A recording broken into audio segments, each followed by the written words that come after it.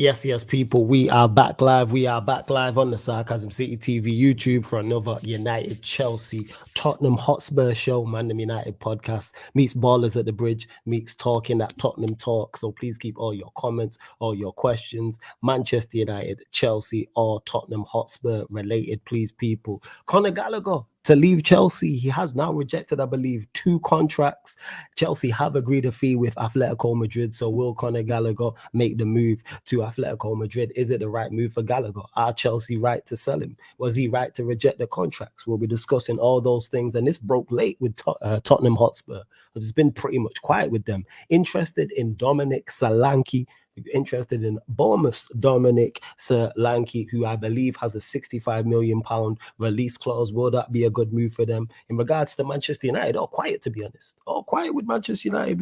Really done too much business. Obviously, you got Euro injured for 3 months, which is absolutely fantastic. Højlund's out for 6 weeks as well. I heard Manchester United did play well, in particular in the first half against Real Betis, so we'll be discussing that. But like I said, keep all your comments, all your questions, Manchester United, Chelsea, or Tottenham Hotspur related, please, people. And run up the likes. Big up everyone who's joined over from the raid from Troops' channel. Shout out to the Back Again community. Big up Troops, Lewis, Monts. So make sure you hit the like button on the video. So important you do that. Run up the likes expeditiously. Share across all the socials as well. That's Me Flawless, at Sarcasm City TV, at Sarcasm City TV, at That's Me Flawless. And just as important, make sure you subscribe to the channel. It is road to 13K, people. Road to 13K. And I will be doing a 12K subscriber party celebration stream, I should say, soon. Big up Warrior J. Big up little bro in the chat every single time.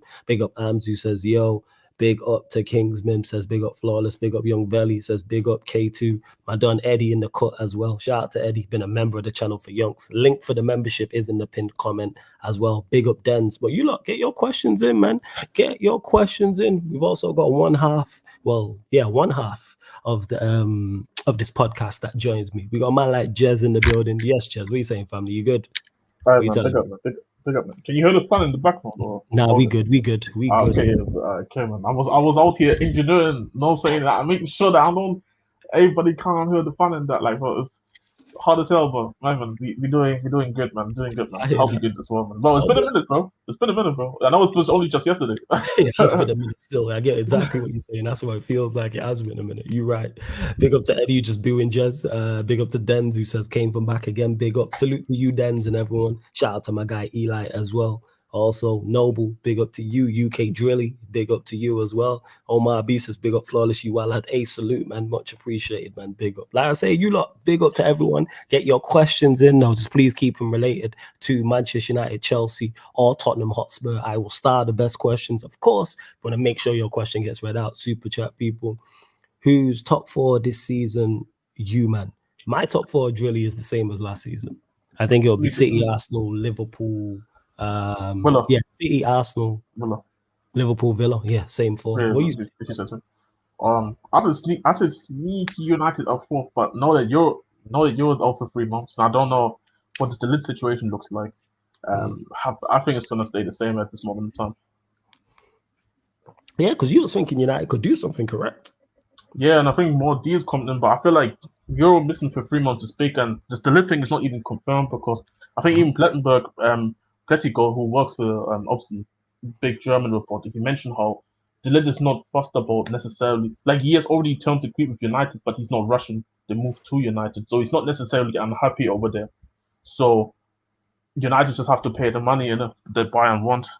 So I don't know if that's going to happen because Bayern wants some good money for him, and I have to see in it. But now the injuries, which will impact the start of the season, and McGuire Lindelof partnership is terrible. So, firstly, trust me, you know what I'm saying? To Young Value says Højlund injury might be a blessing in disguise. It might be, but then who's playing either side? You know what I'm saying? Shout out to Troops. He says large up the chat, slap a blood clot. Like you heard him, man. You heard the man himself, man. Shout out to Troops every single time. So run up the likes, people. Big up to Will says nice burger can get set flawless. Big up Will. Big up to Raf. Capitan Raf says big up. Who then says who's going to be the best player this season from Manchester United, Chelsea, and Spurs? For Manchester United, probably Maino, I would say, because he's just of a quality where he's gonna ball out. So I think he'll be the best. For Chelsea, it'll be Palmer, and for Spurs, I think it's going to be a defender for us. I think it's going to be Van der Ven. and then for Spurs, I think it's Van der Ven for us. I'm gonna say Adogi. Well, I hear you. It's going to be a defender. It's going to be a defender for me. It's going to be a defender, I think. What about if you sign Solanke? You think he could be your best player? I think he has potential. I think he can elevate other attackers, and he can also be a part of it. Like, obviously, we're gonna discuss into the Sri Lankan situation in a bit. He could definitely help elevate maybe Sun's game. So we talk about it when we get there. But as the team is constructed right now, it's gonna probably go one of the defenders in the team. First, to Omar, who says Manchester United are not seriously considering making a 16-year-old child their third striker, are they? We could definitely do that. When Troops told me that Ten Hag had stated that, it didn't surprise me. And it just furthers my belief and thought that Sancho's not going to get game time because it's Højlund, Xerxes, and then you are then putting Cheeto ahead of Sancho. So again, when I said where's Sancho getting game time, according to the manager, a 16-year-old is ahead of him. That lets you know this manager's thought process about Sancho. But he doesn't rate him though like that. He don't rate him. He doesn't rate him. I'm telling you, both calls were made. They told him to go. Just get it together. He don't rate him. He don't. If that's the case, big up Andre says big up from Zambia. Hey, fan, just move it back a little bit, just a little bit. Oh, sorry. My bad. Yeah, it's all good. So, and this answers your question to Nsuki, who says, flawless. If Rashi, Xerxes, and Ahmad is our front three for most of the season, are you any more confident? Yeah, because it's a more balanced front three. Xerxes is more of unknown, so I can't really comment like that. But I just know he's a better forward than Højlund, and I take him over Cheeto. But again, do I think we see that free? I don't think Diallo gets regular game time. I don't. I keep stating this because that means Garnacho and Anthony will be on the bench on a regular basis, and I don't see him dropping those two. That's just me. But I'm hoping wrong. Young Valley says Rashford, Sancho, Ahmad going forward until Xerxes' fitness goes up. In an ideal world, I'd love to see that front three. But we just spoke about Sancho and what the manager said about Cheeto. Tells you all you need to know, man. It really, really does. Tells you all you need to know. Tony is literally standing there waiting for a move in United. That's stalling. What a joke. Complete joke. Don't get it whatsoever. And Suki says Sancho is ahead of Anthony, I think. He dropped his own son to play with the kids in preseason. It's pretty telling to me. All right, we'll see. I don't think Sancho's ahead of Anthony because we watched Sancho play in preseason last season. And then we've never seen him in a 9 again. We've seen him play false 9 and play well. He played Martial ahead of him, and he played Rashford ahead of him, and he played Højlund ahead of him. Go on, Jess. Go on. See, in my opinion, I think regardless what even the rotations are, the point is Sancho is in the second B team. Mm-hmm. He's part of the B team who maybe even plays with the C team together or partially with the A team. He's not. In most people's cases, everybody wants to see Sancho in the A team, but that's not the case though. Like I think Garnacho's ahead of him, Xerxes ahead of him, Højlund's ahead of him. Maybe the Shido kid is gonna be ahead of him. Garnacho's ahead of him. Ahmad's ahead of him. It's like 6 names are named right there. To Ramadan, who says, "Trust me, I hear you. Surely Sancho starts on the left wing." Ramadan, look who our manager is. Should he play? Yes, I prefer him playing centrally. I think he's a better central player. But he ain't going to play him. He says, Ahmad surely starts. He's been cooking for you guys in preseason. Sancho cooked in the last preseason and didn't start. Why is Diallo? Diallo played well last season. It took Diallo pretty much the entire season to get game time. I don't think Diallo starts. Genuinely, I don't think he does. For real. Big up Surfer in the cut as well. Yes, Surfer. What are you saying, man? You good? Yeah, I wanted to start with something special. So, hey, well, sorry. That's fire still. The mask is fire. Also, just a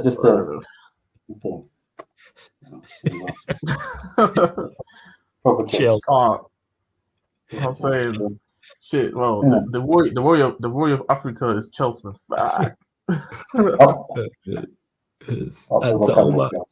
that, man. I saw Rashford limping. That's another injury. Just another excuse. You know what I'm saying? You already know, but we move.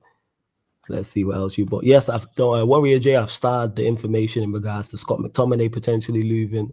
Scott McTominay potentially leaving, Gallagher potentially leaving Chelsea, and Spurs potentially signing signing Solanke. Dominic Solanke. Why is Flawless so anti-Ten Hag? Big up to AJ, who says, why is Flawless so anti-Ten Hag? I get that he's not perfect and may make some mistakes, but every manager does. He'll get better with time as the team gets better together. The reason why I'm so anti-Ten Hag is because we had our worst ever Premier League campaign and our worst ever Champions League campaign in the same season. We finished 8th with a negative goal difference and finished bottom of the Champions League group with Galatasaray and Copenhagen. That's you know what the difference is? Before you carry on, we were also awful defensively as a unit. We were also awful offensively as a unit. We conceded 20 in Europe out of the 96 teams. Out of the 96 teams in Europe, we were 95th with the most shots faced, and we went out of Europe in December. We also only scored. And he broke every record negatively. Yes, he broke every record negatively. We also only scored 5 more goals than Luton Town, who finished 18th in the championship side. There's more, so that's why I'm so anti-Ten Hag. And if he gets better with time, before you man go, if he gets better with time, how come we were worse in his second season than his first season? I think he's a woeful manager. That's why. Oh yeah, don't even read the list. You know what I'm saying? And big up to Dab as well, who says big up on the 12K Flawless Winter Surfer salute. Hey, big up Jez as well, man. He's part of this podcast. Big up Jez as well. Hey, bro, now see, I'm not part of. I'm only half of me is part of because I have my cam on. I don't have a cam, by the way, Chuck. But you know what I'm saying? It's like a half of me here. I'm here in spirit. But now you know Jez what? Had that, if I could send Jez that Black Panther mask, he'd put his camera on then you'd be able to see him. I'm saying, bro, too shiny. But now, bro, you know, it's this season. Bro, you can survive on streaming that. It's hot in there. But my room is hot as hell, bro, as well. So it's kind of like, yeah, I'm going to do that. But you know what the difference is, though, Flawless? If any of us here, man. You know what I'm saying? We're cooks. And we're going to make it. It's as big as JJ Ash. Let's say, such him. The only time I've ever seen a here we go for a football director was this summer when you signed that Dan, whatever his name, from Dan Ashworth, yeah. Here we go. Dan Ashworth still agreed.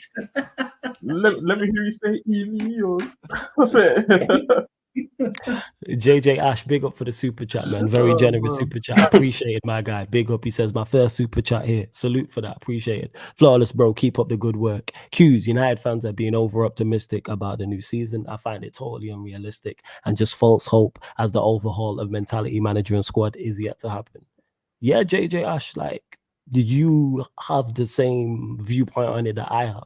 And what it is because it's the new season. Because of what Surfer just mentioned about Dan Ashworth and what Jez mentioned about Ineos. And it's the new cast, man.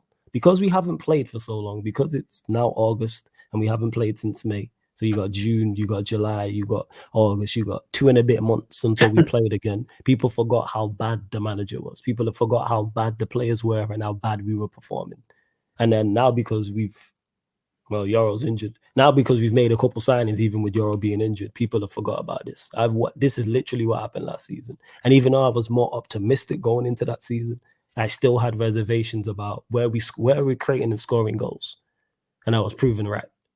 And I have the same questions now. Who's creating and scoring our goals? So I hear you. Yeah, it's just false hope. That's what it is. But like I say, that will all come Friday the 16th of August. About 10:30 p.m., 10:45 p.m. UK time, that will disappear when we put in a piss poor performance versus Fulham, probably win the game, and all the players who we don't want to see start. So Lindelof starts, and Maguire starts, and Shaw starts, and McTominay starts if he's still here, and Bruno starts, and Rashford and Garnacho on each wing. Or he might play Rashford up top and put Garnacho on the left and Anthony on the right, or some bullshit like that.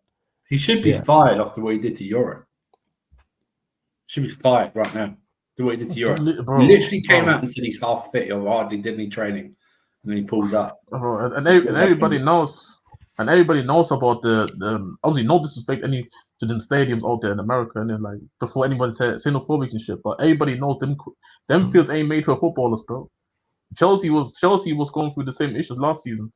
Yeah, but he was half. He hardly trained like the day before, so he wasn't fully fit. Yeah, so that's what I mean. Like it's all combinations, like training. The turf over there. Yeah, but what I'm saying, it's long, bro. It's different though when like an injury can happen anytime, on any pitch. You know what I mean?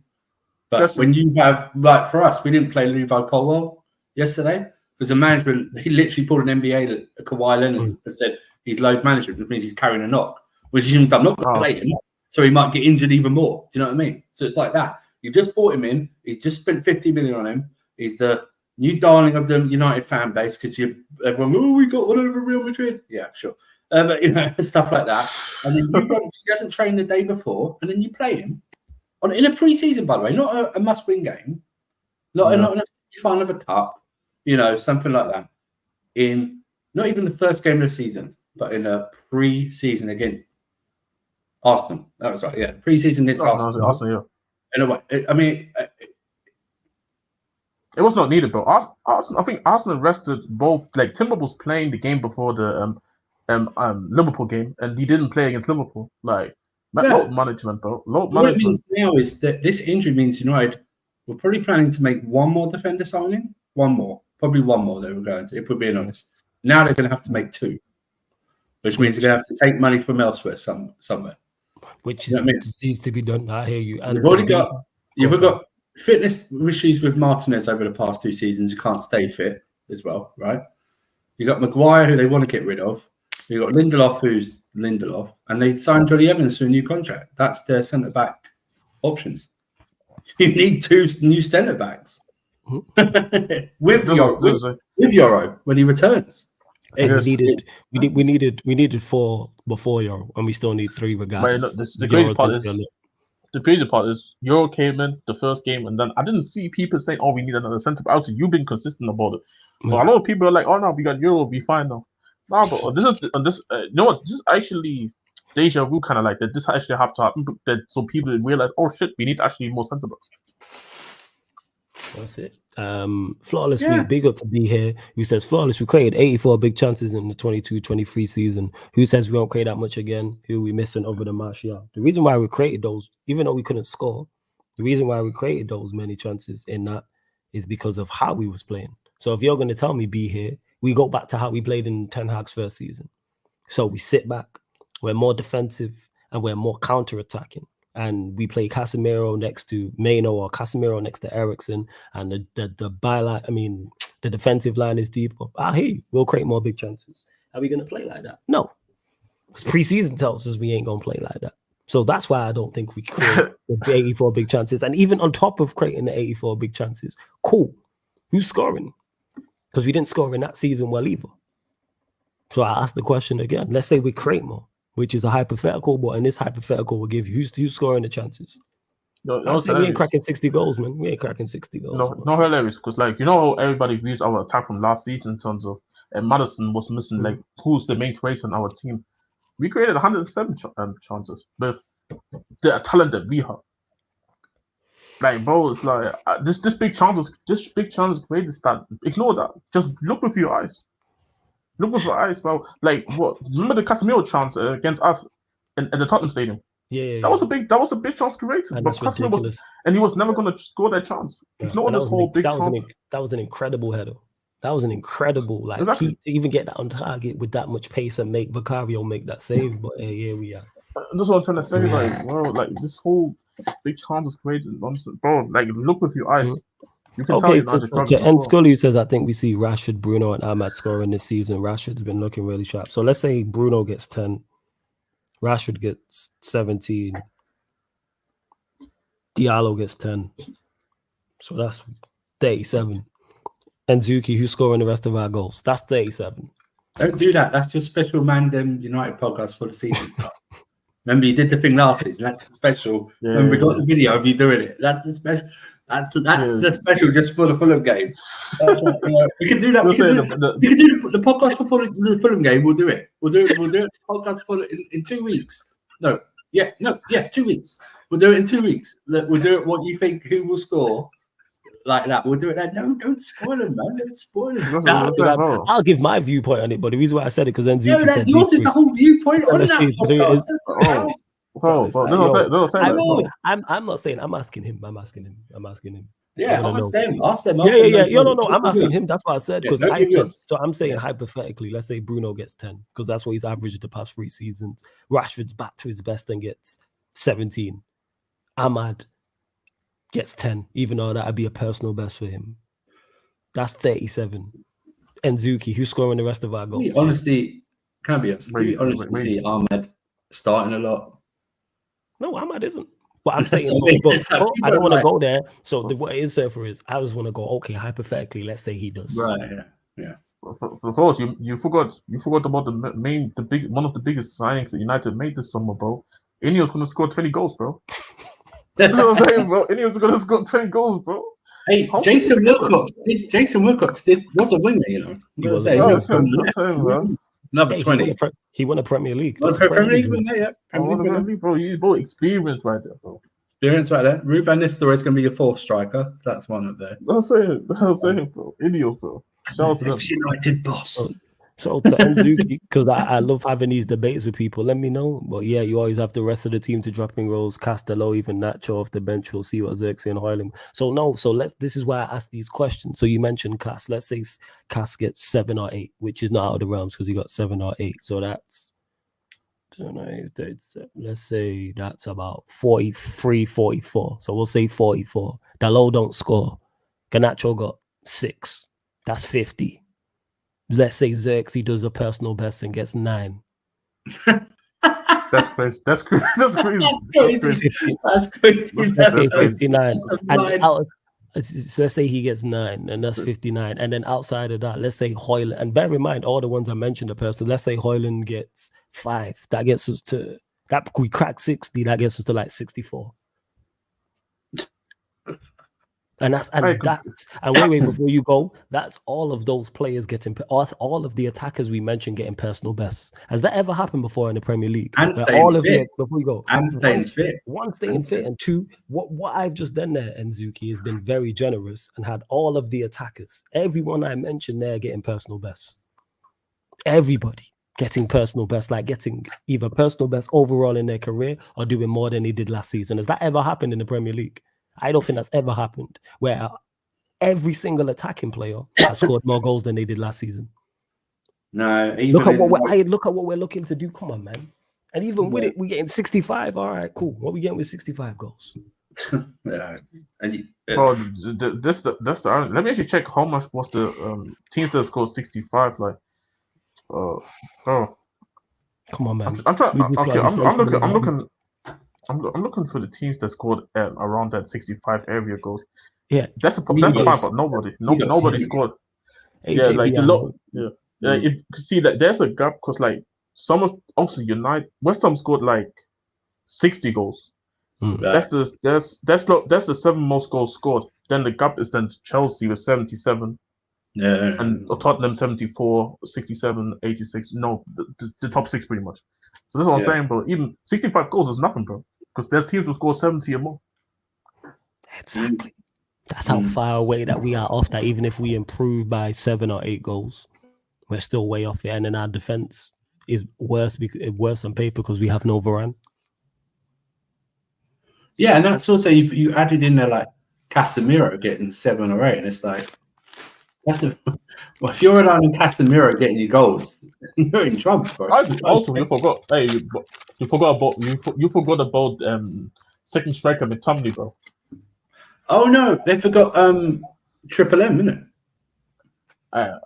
Minerals Mason Mount. It's all good, man. I'll say Triple M, Manchester Money Mouse. Mank Money Mount. Good lord, bro. And Suki, you said you're right. For me, it completely depends on how much influence this ball fraud has on the lineups. And as we're seeing in preseason, he still has influence because of he wouldn't be. Listen, Ten Hag's a dickhead, but he wouldn't stay if he didn't have like total control over lineups. That's just bullshit. Any manager should always have control over lineups, no matter what. See, this is the thing. I had this debate literally yesterday with Eddie, bro. Big up to Eddie in the chat, man. But I said, like, I struggle to believe here that they stripped him from both transfer decisions and not being able to have a saying in the lineup and how he wants to play. Right, and they're not even paying him anymore. He's not getting paid more. Yeah, you know what I mean, he's on the same wage. It's different if you strip away his power but pay him more. He's getting more of a salary, so you can do okay, no problem. But you literally just added 1 year onto his contract, and you're just paying him the same. It's not a wage increase. It's not a back end, you know. I would be generally speaking. if you have that much influence, and Ten Hag still does it, then fair play. But I just don't see that happening. They might as well have just gotten a new manager at that point if they were struggling. They're saying that you might as well go and get a new manager. Be here. I love this. This is great. This is like the 156 all over again part. Put the assist as well. I need assist. Don't do that. Be here. I'm not being an agent when I say this. Don't write 10 plus. Add the rest. Give me the numbers. Don't hit me 20 plus. Can I? Okay, so don't hit me 83 about the pluses. What do you mean by the pluses? That's 83. That's 83. Okay. So you're on track. So telling me you're on track for Arsenal's 96 of last season. Is that what you're? Is this what this guy's trying to tell me right now? Good Lord. Hey, bro, I told you, bro. Ineos, bro. I'm saying, bro, the influence is crazy. Word. Jesus, that's. Hear how Surf has responded to it, and he's a Chelsea fan. And even he's like, this is just what? So we are going from scoring 58 goals to scoring Rashford's title contending goals. Title contending total goals. So we're going to be the highest goal scorers in the league. Yeah. Basically, you're saying, but here you're in a title race, then that's what you're saying to me. Rashford, and even one further, Rashford's never scored 20 plus goals. Garnacho's never scored 10 plus goals. Ahmad's never scored 10 plus goals. Xerxes never scored 10 plus goals. Hoyland's never scored 15 plus goals. So you're asking. This is league goals as well. This is not league overall season goals. This is league. You're asking four players to get personal bests. Hey, you know what, bro? You know what this tells me? This tells me Rashford Ballon d'Or season, bro. Book it, bill it. How much is that? 20, 30, 40, 50. 83 without the pluses. That's 83. 83 goals. Yeah. And then the rest of the team combined 8. So we're getting 90. That's 83. It's 83 in total. With the 8. You didn't add what the pluses are. So how much? What do you mean by pluses? Yeah, what's the pluses be here? This is good. I love these things. Because basically, if you even if you add 2 to everything, right, you're near enough on Arsenal's goals for last season. I think they're 96 or something like that. 96. So here's put them. I'm not saying 20 plus. What? That 91, City at 96. So you're saying 20. So still 83. Still 83. So our 20, 30, 40, 50, 55, 65. So our front 75 1, 2, 3, and then 4, 83. 5. Now I just want to get the names he's mentioned. 1, 2, 3, 4, 5. So our front 6 again, 65 goals. When the team combined got 58. Bear in mind that one of those players, Hoyland, is out for the opening weeks of the season. Mm-hmm. He's out for he's not back till after the international break. He's not back till late September, early October. We don't also know what Rashford's injury is because he got injured too. Why is this not realistic? For multiple reasons. One, you're asking Rashford, Garnacho, Ahmad, Xerxes, and Hoyland. You're asking 5 out of the 6 players to score goal, to get a total and score the amount of goals that they've never scored before. Rashford could get 20 plus goals, highly unlikely.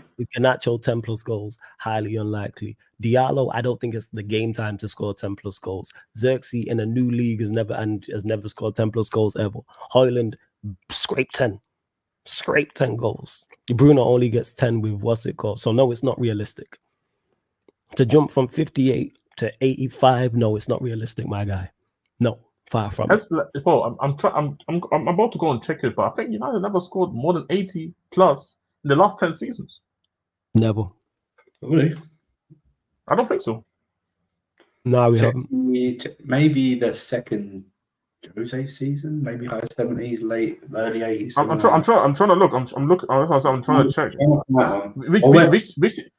Which season was the second Jose? Right? They're free scoring under Oli. I don't know if he broke like 70 or something like that. I'm literally just checking right now. So I'm going from 14. Let me just put it up real quick. I put so Premier League. So even if number 11 Martial and Rashford scored 60 goals in one season, first of all, that was ages ago. It was under a different manager, some a different playing style. Locked on. And Mason Green, number 11. Out of all the names you've given, is by far the best finisher on the list on the chat you've got right there on the screen. It's not even close. Hey, you know who also played behind that lot? Paul Pogba. Bubba. I'm Yeah. just gonna forget that But Paul Pogba was there. I think Bubba wasn't this the season when Bubba was also playing like one of his better seasons. Something like that, yeah. I believe so. I think it was lockdown. Yeah, like it was like lockdown. I remember during the period like when barely any fans were able to come in. Bubba, there was one season where Bubba played really well. I'm literally just going through it. So 14-15 United scored 62. 15-16 United scored 49. Crazy. 16-17 United scored 54. 17-18 United scored 68. Finishing second, by the way. 2018 United scored 65 goals. 1920 United scored 66 goals. 2020-21 season United scored 73 goals. 21-22 57 goals. 22-23 58, and last season 57. This is the last 10 seasons. Your flows, you muted. So yeah, so again, why is this not realistic? For all the reasons Jez just stated and everything I've just stated. We're talking about 10 seasons. We're asking 5 out of our 6 players to get personal bests.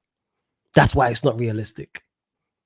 Rashford's never scored 20 plus goals in his life. Garnacho has never scored 10 plus goals in his life. Ahmad, I don't think it's the game time to score 10 plus goals. Xerxes never scored 10 plus goals in his life. Højlund's never scored 15 plus goals in his life. Bruno, I believe, will get 10. But he ain't cracked 10 goals on penalties in 3 years. So all of a sudden, these men are just going to ball out. And even with the Xerxes and Højlund thing, Højlund with... How is Højlund getting 15 goals with less game time? Because if Xerxes getting 10, that means he's getting game time. Højlund played pretty much all of the games, barring when he was injured. So with less game, someone said this to me yesterday, and I said, it was Tony. Højlund's going to score more goals with less game time. Make that make sense.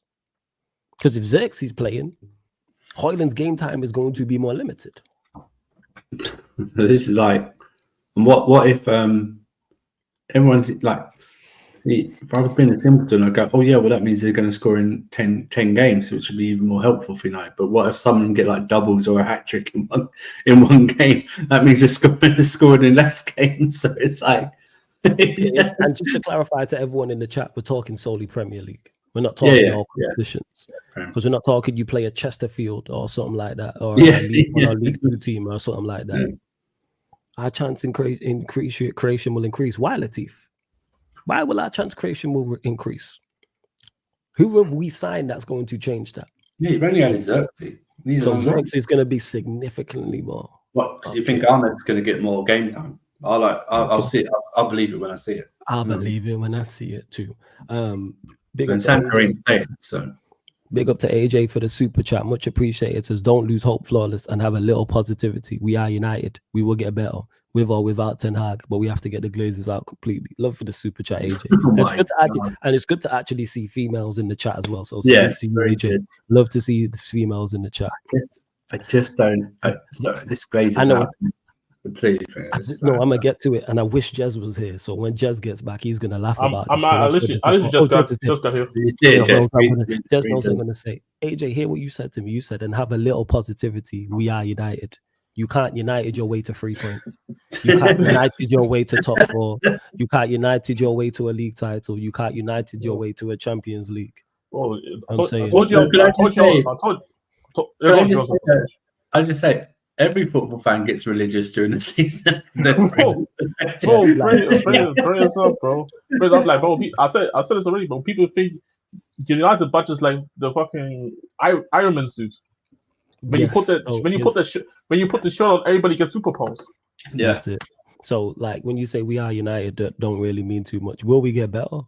Yeah. When will we get better is the question. I have no idea. With or without Ten Hag, I don't see us getting better with this manager. I do agree with getting the Glazers out completely. And that's why when Sheikh Jassim didn't get the club and Ineos got 25%, word to my guy Kaneki, you can't own 25% of a car. Any little positivity and hope, I died when that didn't happen. Because we stuck with these men. So we're always going to be handicapped to some form of an extent, but we can still be successful because we've been successful under the Glazers. As bad as the last 10, 11 years has been, we've won 5 trophies. And we've been run absolutely awful. So imagine we was run to an average level, what we could have won. Won 5 trophies in 11 years. Won two League Cups, 2 FA Cups, and the Europa League. Mhm. So imagine what we could do if we was slightly run better. But yeah, just to clarify to everyone, when I'm talking about the goals, we're talking the league. So back to Manu saying, why is this? No, it's not realistic. 20 plus goals for Rashford and 10 plus goals for Garnacho and 15 for Højlund and 10 for Xerxes is not realistic, in my opinion, no. Because these men have never put up these numbers.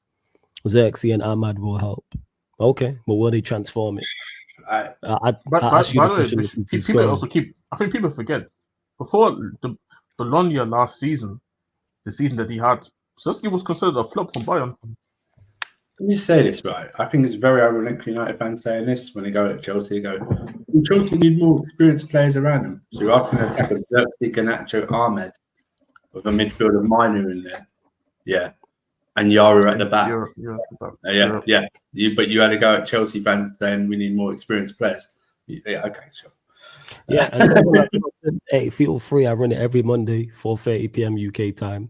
Make sure you call into the fan calling show, because I love to have this discussion on air with you. I Hear different opinions.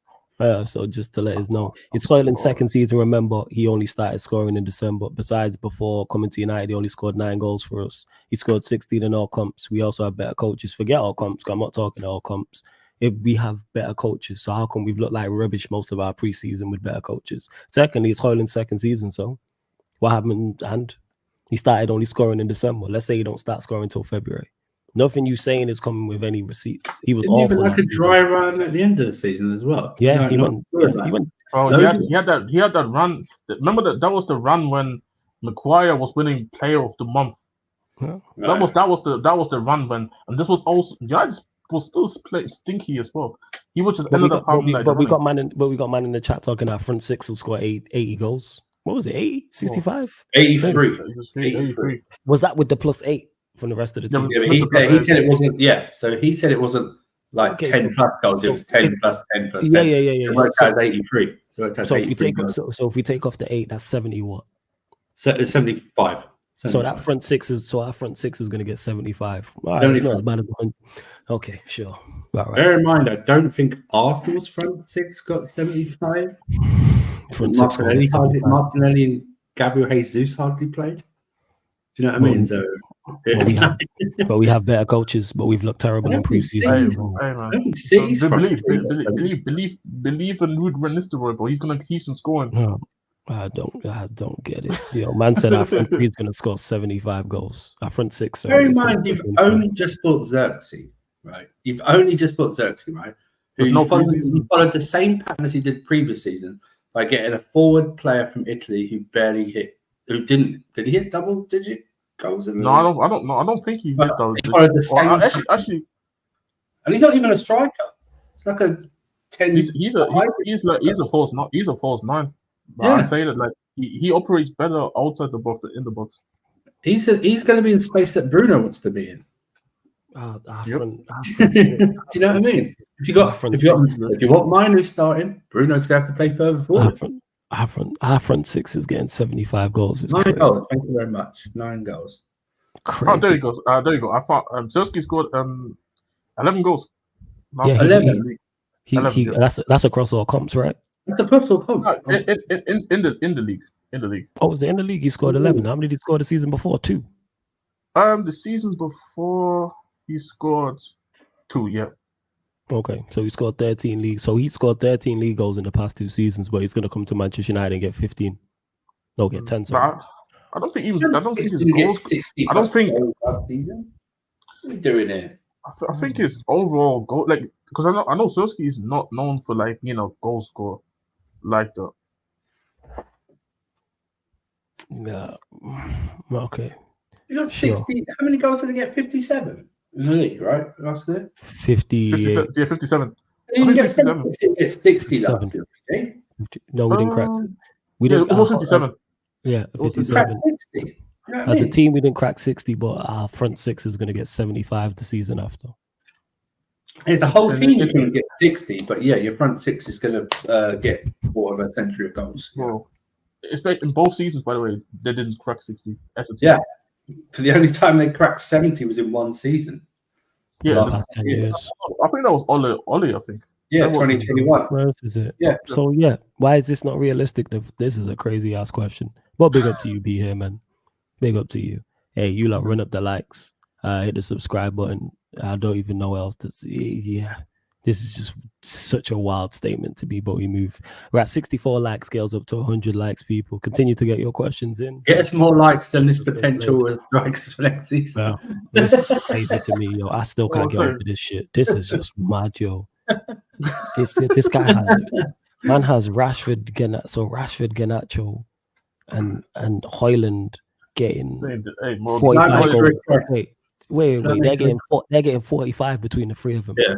Can I make a request?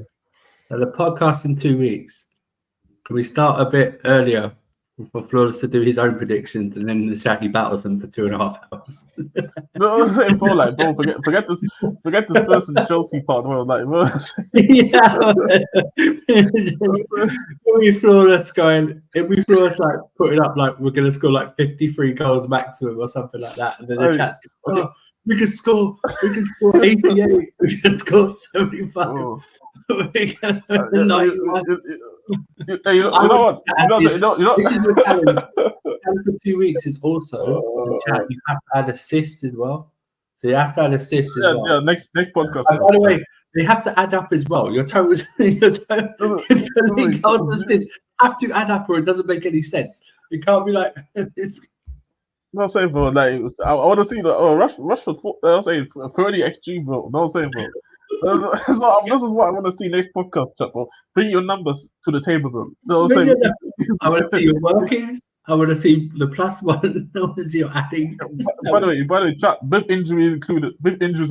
No, I'm saying because they're gonna get injured. We all. I'm trying to think because now we do all this cool. We do the Kool-Aid and the stars are aligning for us. What is it gonna be for United if this is the thinking? I'm saying. In Ineos we trust. In Ineos. In Ineos, bro. Let me hear you say Ineos. And be here we trust. You know what I'm saying? Big up. Yeah, you better be here next 2 weeks. That's actually crazy, bro. So just because I was Jazz and Surf were making great points, even though they were being idiots. You have to add that bit. I don't know why you can't say it because you might have pricks. Listen. Jazz, tell me again, how many goals did United score last season? 57. In total in the Premier League in 57. So we scored 57 Premier League goals last season. But Rashford, Garnacho, and Højlund alone are going to get 45. Between the three of them. 55. Wait, Bro. no, it's 45. Yeah, Rashford, 2010, Garnacho, 15. It's 55. Oh, it's 45. You're right. Sorry. 45, yeah. Normally, it's my maths is off, so that's why I had to double check. That's why I didn't tell you it was wrong because I had to make sure. So we scored. So we scored. So in the 22-23 season, we scored 58 goals. Since then, we've added Ahmad, Højlund, and Xerxes. So I don't see. We scored. So on this logic, in 22-23 season, we scored 58 goals. Since then, we added Ahmad, Højlund, and Xerxes, so I don't see why 75 goals are unrealistic. We added Højlund in the 22-23 season. How many? And we scored less. We scored less. We scored less. And you added. scored less. And I did Højlund and scored less. And Ahmad played at least part of the season still. And Ahmad played. And do we know that Ahmed and Xerxes are even going to be starters for the whole of the season? How many got? Let me check. Wait. Ahmad Diallo played. Let me see how many games he played. I don't know how many starts, but Ahmad Diallo played 9 games. So not a lot. Højlund played pretty much the entire season.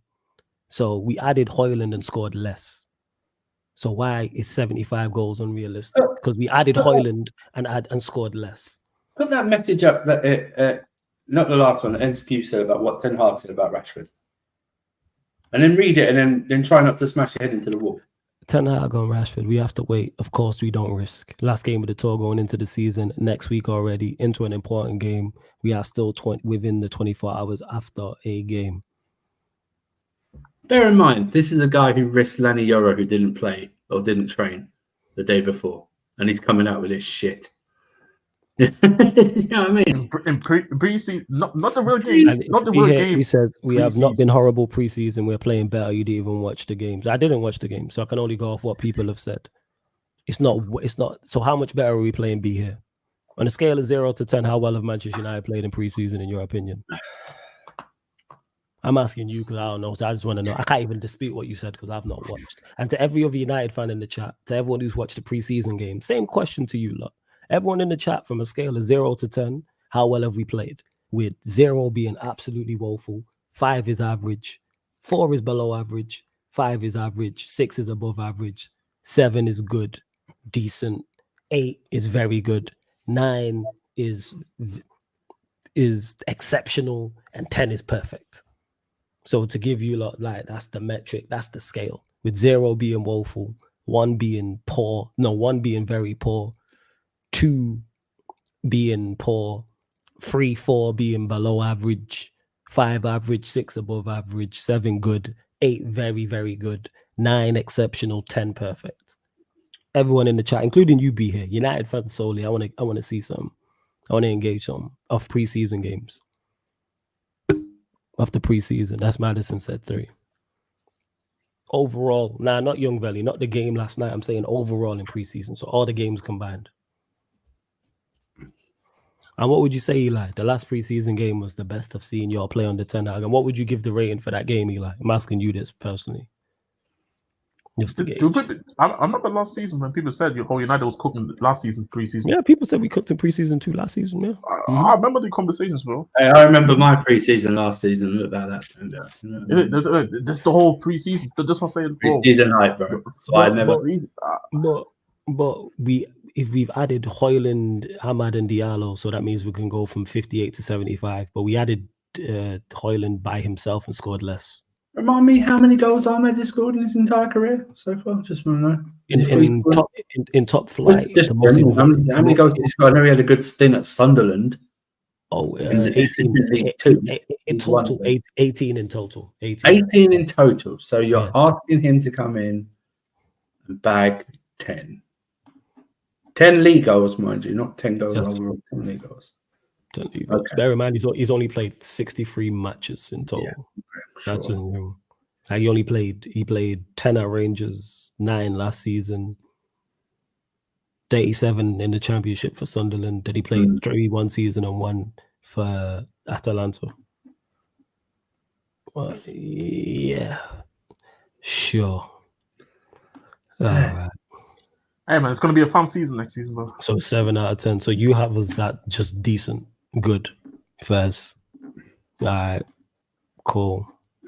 Yo, Bevere, can I ask you a question, bro? How did you rate United's last season, preseason?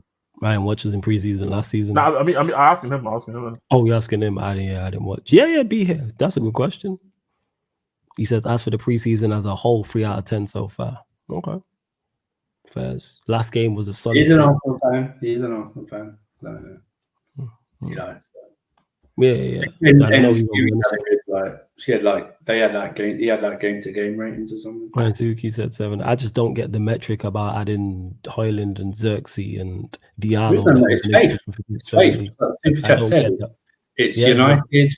It's United, and you have faith. Yeah, we added Højlund the season before, and we went backwards. So all of a sudden, Xerxes and Diallo are gonna tip us over the edge. All right, we're gonna get 75. You would have thought the way that it's been a total mind wipe that just because Ineos are in and they brought more people to work off the pitch than they have on the pitch this season. Yeah, they bought Xerxes, who 11 goals last season. Don't know what he can do. You've got Euro, who has looked okay, got good PR so far, but let's see what he can do. But you've kept the same manager. You know what I mean? Oh yeah, but we brought in 2 new assistants. Yeah. You brought in one guy who was an actual head coach and is just probably there just ready for Ten Hag to slip up and then take over himself. We're being honest about it. They've got United have got their succession plan already. But it goes tits up with Ten Hag. But it's just amazing how much that seemed to gloss over everything. United fans are still going, or some United fans are still going, yeah, we're going to have a better season than last season. And I just go, we just done it right here. It's like, how? How do you justify that? You kept the same manager.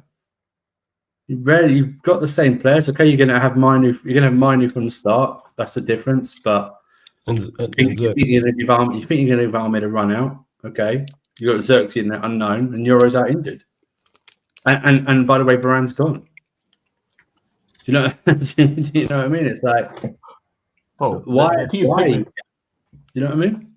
Like technically, didn't.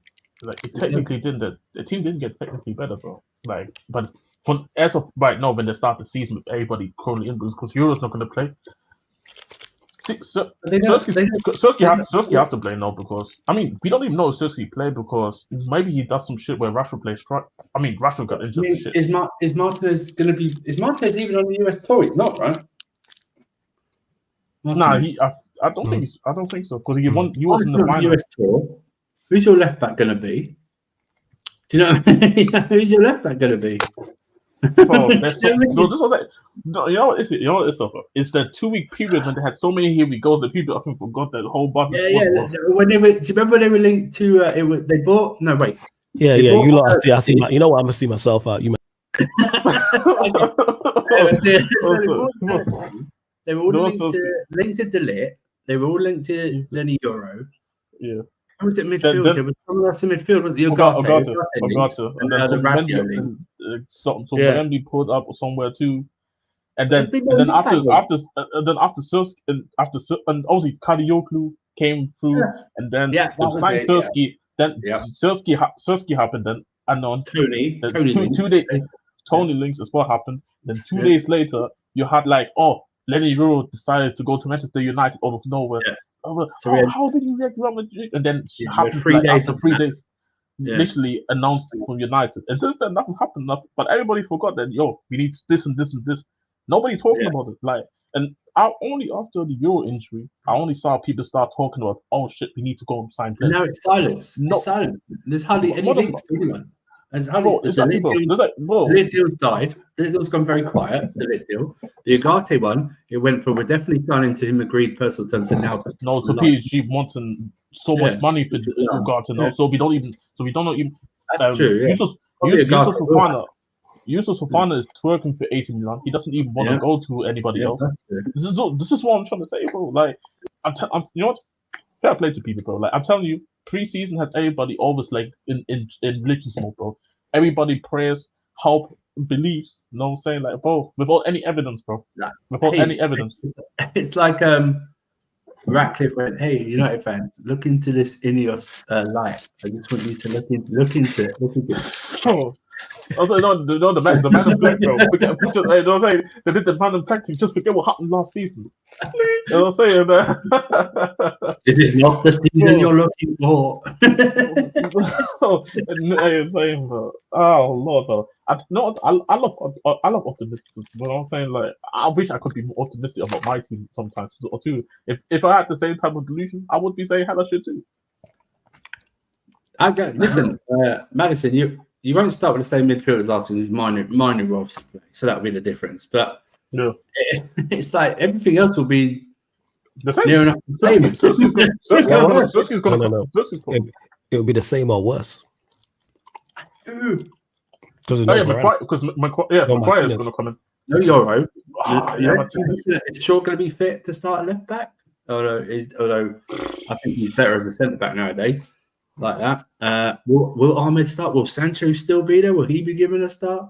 Will Xerxes start? Xerxes not back yet. He's not on the tour. So will he even start the first game? Will he be fit enough to start the first game? Because remember, he barely played for Netherlands. Yeah, he barely played. I didn't even think of that. He's not even there, is he? No, he's not there. It's actually kind of crazy because his ass should be back. Motherfucker, you barely played. Bro, I got Caicedo back and everything, and number 8. Bro, even eight came back and he made the final. The only players that haven't come back were in the final, like Palmer, Gallagher. Well, Gallagher's not part of this. So Palmer and Correa. Those are the only two that haven't, because they're still on holiday. They're not coming on the US tour. They'll be back at Cobham. So those are the only two. And before we move on from United, thank God, John says flawless. Can Ten Hag repeat? Happy to continue to talk about United. Jess, you alright with that? I don't mind. Like, I mean, we finally got some Tottenham news, but We got to an hour. Let's get to the second hour. Right now. Let's go for each individual player pros and cons of the squad. Right? Well, the goal was to assist. Bro, this might go to 6 hours stream, bro. before we even get to Chelsea Spurs. To John, who says flawless, can Ten Hag repeat the same excuses this season as last year? Because I've already seen on the timeline people making excuses for him, talking about Euro's injury and the lack of signings, and that's why he can't play a certain way and he can't implement his style. And man, the same result. To answer your question, John, can he repeat the same excuses? Yeah, because you still have the same people fighting for him and the same people backing. Can he, flawless? This is quite achievable. Can he break his own negative records? Oh, definitely. That means something. If his achievement is he broke his own negative record the season last. Definitely, without doubt. Because we are worse technically if you look at the start. We go now they're in goal because people are just bypassing our bad. No Varane, no Martinez. So you got Maguire, Lindelof, Amas, Dalot. We may get Mazurari, Casemiro, Meno, Bruno, Garnacho, Rashford. Is it Xerxes? Is it Cheeto? Yeah, that's it. Hey, Cheeto scored like 10 goals versus Liverpool. Cheeto scored. He scored 10 goals versus Liverpool in the game. 10 goals versus Liverpool in one game. It's ironic. He's got more goals than games, but if he goes to United, he's going to have more games than goals. And big up Charlie for the super chat. Appreciate it. What do you guys think of West Ham's potential attack next year? Bowen, Kudus, Paqueta, Somerville, Fulcrook, or Duran? Better than Manchester United's. I'd swap it. It's Paqueta. I thought Paqueta was getting sold. We don't even know because we don't know the outcome yet. So Paqueta might not even be part of the attack. You have to see the odds on that one. Paqueta knows. Yeah, and I think it's gonna be Fulcrook because even the German source also. Oh, let's sign Jimmy Somerville. All right, no problem. Yeah, there's already official. Yeah, but even then I rate Somerville, but not too high like that. Like I don't know what if Paqueta gets banned. That attack it's gonna impact the attack. But Charlie, big up for the super chat. Appreciate it, man. For real, man. Yeah, appreciate it. It's a good attack. To be here, he says flawless. Last season, we had a dysfunctional team and Hoyland practically no service, yet he managed to score more than he has in his whole career. Since Ineos came in, the focus has been trying to get the focus has been trying to get the best out of the team. Why is the team no longer not dysfunctional? I told you, Ineos, bro. Who did we sign? It's the same team. Ineos. Why is it not now even more dysfunctional now that Lidiora is injured for 3 months and Hoyland's out for 6 weeks? Rashford's got a potential injury. He's got Sancho there who he doesn't want, and Xerxes not even trained. Even one of his favorites in the attack. He's not even back for pre-season because he was with Argentina. You have no recognised left back, and you're going to have potentially Maguire and Evans as your starting centre backs or something like that. Why is it not? Why is it? I told you, bro. Ineos. But just why is the team no longer dysfunctional? What happened? When did we become a functional outfit? Based off of what? What signings did we make? Ineos. I tell you, it's Ineos. Trust me. Ineos. Please. Bro, they did the man and plank, bro. They did a coup on your own fan base. They don't even know it. Please tell me, be here. Why is the team all of a sudden functional? Who re-signed or what have we done that you think we are now a functional team? Man. Because you signed Jason Wilcox, you got Ahmed Barada, you got Dan Ashworth, and you got Vivell. Ruud van Nistelrooy, and Red Hackett. That's what I mean. Your best signings have been off the pitch.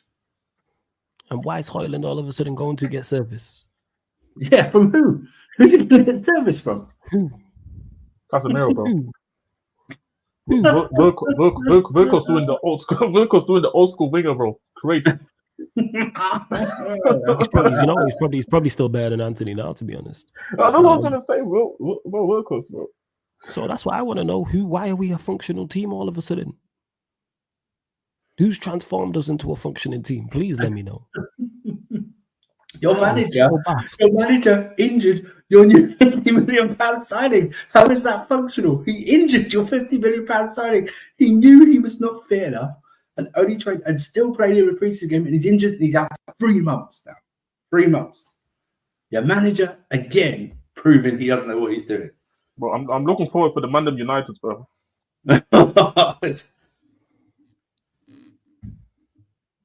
Please, I don't know why we're all of a sudden a functional team. That's what's baffed me the most. Why are we a functional outfit all of a sudden? Why is Hoyland getting service off of who? So whoever sent that thing in last year about 156 GNA, I want them to come back and say it again and see what their GNA is right now with this. If you say 156 GNA or more with this, then I'm gonna ban you for life on this channel. What you mean, bro? They're gonna have more XG than City. That's true. Yeah, they're gonna be title contending XG. Ridiculous. This is fucking what? Imagine I said that, right? Imagine I said 83, right? My team's got more of a chance of getting 83 goals. But imagine I said I'd be ridiculed right now.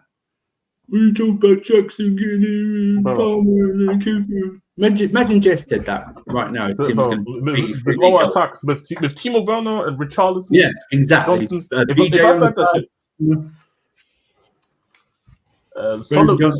Solomon off the bench. No say, bro. We have no attacking signing yet. Mickey Marley. Yeah, that's what I'm trying to say. So yeah. Imagine that. And it's arguable. We're a bit more functional sides than United. It's crazy. You got Nkunku to come back into your attack. Exactly right. And Palmer's there. And Jackson at least scored 14, 15 goals just in the league alone, and added some assists and everything. No, he's not even a striker. We're trying to get Osimhen. Do you know what I mean? We're trying to get Osimhen. Yeah, I just still don't get. We were a dysfunctional team. Like, why are we no longer a dysfunctional team? Why all of a sudden is Hoyland getting more service? I really would love to know where that is going on. Okay, so Wilcox and the new coaches have been working. You was right. Was any else? I told you, bro. Everybody, bro. The difference is Ineos, bro. Wilcox, I told you, bro. I wasn't kidding, bro. You think I was kidding, bro? Bro, I'm a troll, but I told the Will talk on the show, bro. No, I told you, bro. These guys actually believe that Wilcox and Ineos and Barada, they're gonna, you know what? Shout out to Wilcox, bro. He's gonna break he's gonna break the assist record at this point. Do you know what it is? If Barada wasn't from Man City, he wouldn't be getting picked up. If he was from like Stoke City, he wouldn't get picked up. You know what I mean? Like that. No one heard of Barada before he even moved to Manchester United. You didn't hear City fans talking about Barada, did you? I never heard City fans talk about it. I don't really hear City fans, but I never hear City fans talk about Barada. No, I don't hear Daps. I never heard Daps on Never a Foul, Big Up, Never a Foul. I never heard him talk about Barada. Yeah. Like that. You know what I mean? I heard him talk about the Sheikh, no problem. Mansour, no problem. The Barcelona guys, no problem. Never heard him talk about Barada. He might have. No, Wilcox. Liverpool been ridiculed for getting that Richard Johnson guy from Bournemouth. We got ridiculed for getting the guys from Brighton. But you guys get the guy from Southampton. Oh yeah, but he was at City before.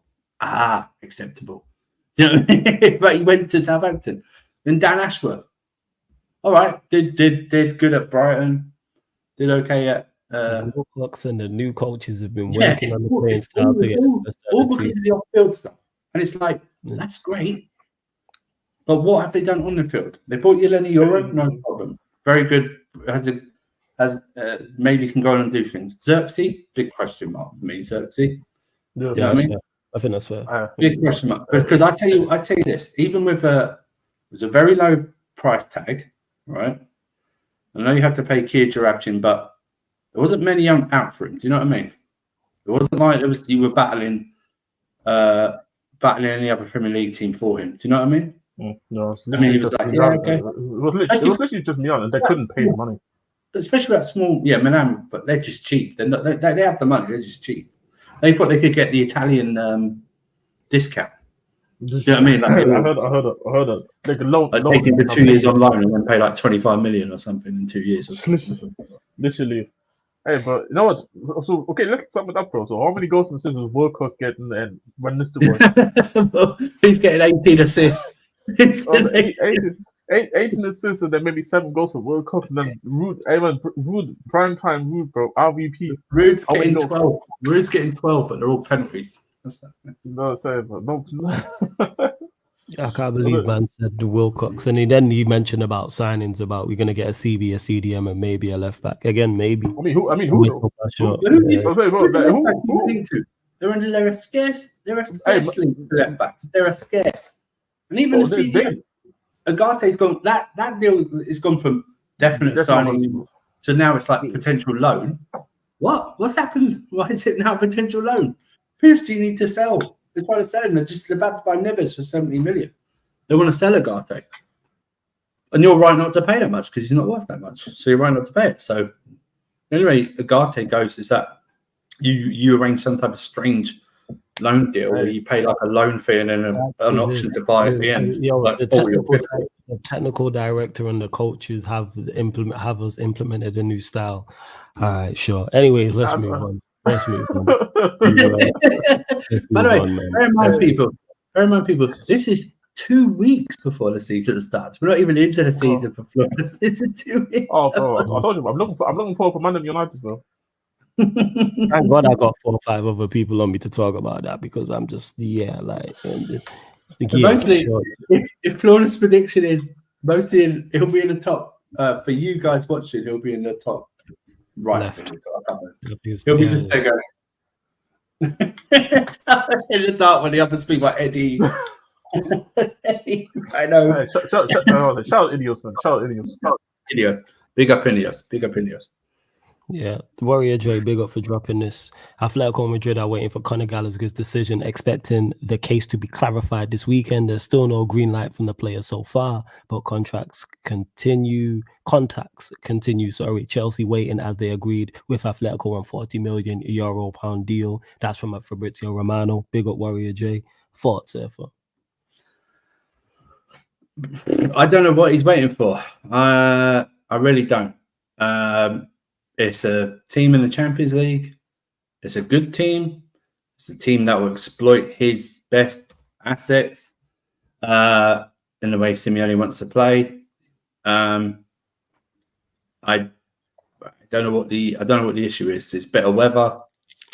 You know what I mean? It's a beautiful big stadium. It's Champions League football. You're going to be playing Barcelona and Real Madrid twice a year. Do you know what I mean? You have a chance. You literally have a chance to win at least the domestic cup or something like that. I just don't understand. And came out yesterday briefing that he's rejected now 2 contract proposals that will, I think they're 2 or 3 2-year extension with another year, and he's in line. He'll be in line with what the best players, the best midfielders get paid. So it's 150 or above. I honestly think it's one of two things for me. He wants like 200k plus, or he is waiting out for some other team because he rejected Villa, and Villa in the Champions League, and Villa were going to pay 60 million. Villa were going to pay 60 million. Oh. Yes, can I give you my conspiracy theory?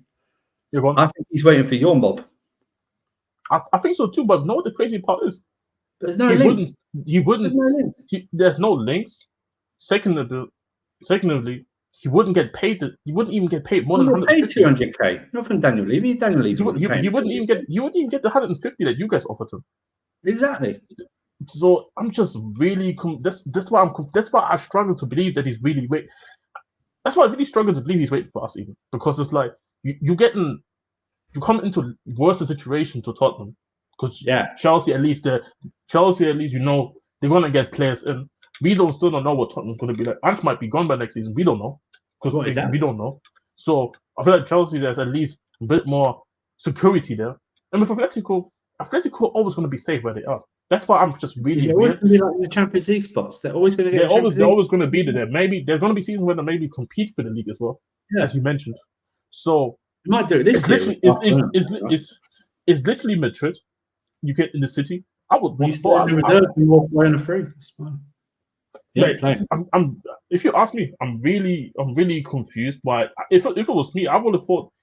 If you ask me, I would have thought he would have accepted. Maybe he wants more years on his contract with Atletico. Maybe they're just discussing that. I don't know, but it's just really weird. Maybe I don't know what in contract terms they've offered him years. I presume it's 4 or 5 they've offered him in years.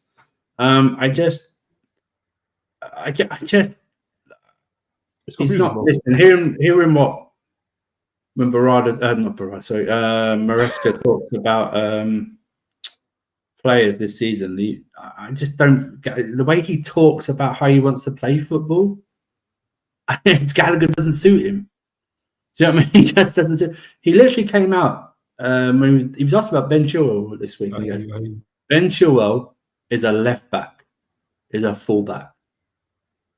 You know what it said to me? Ben Chilwell, you better start looking for another club because you can't invert essentially or be a left centre back. So you can't do it. You can't do what Cucurella does. I'm so pleased for Cucurella's redemption as well. So I think he's going to do very well with Maresca. But back to Gallagher. I mean, this whole the PR from his side. Oh yeah, he only wants to join a club that are playing Champions League and doing well. So why don't you go to Villa then? If that's the case. Literally. Diego, not Diego. Luis has just gone to Juventus. Juventus, yeah.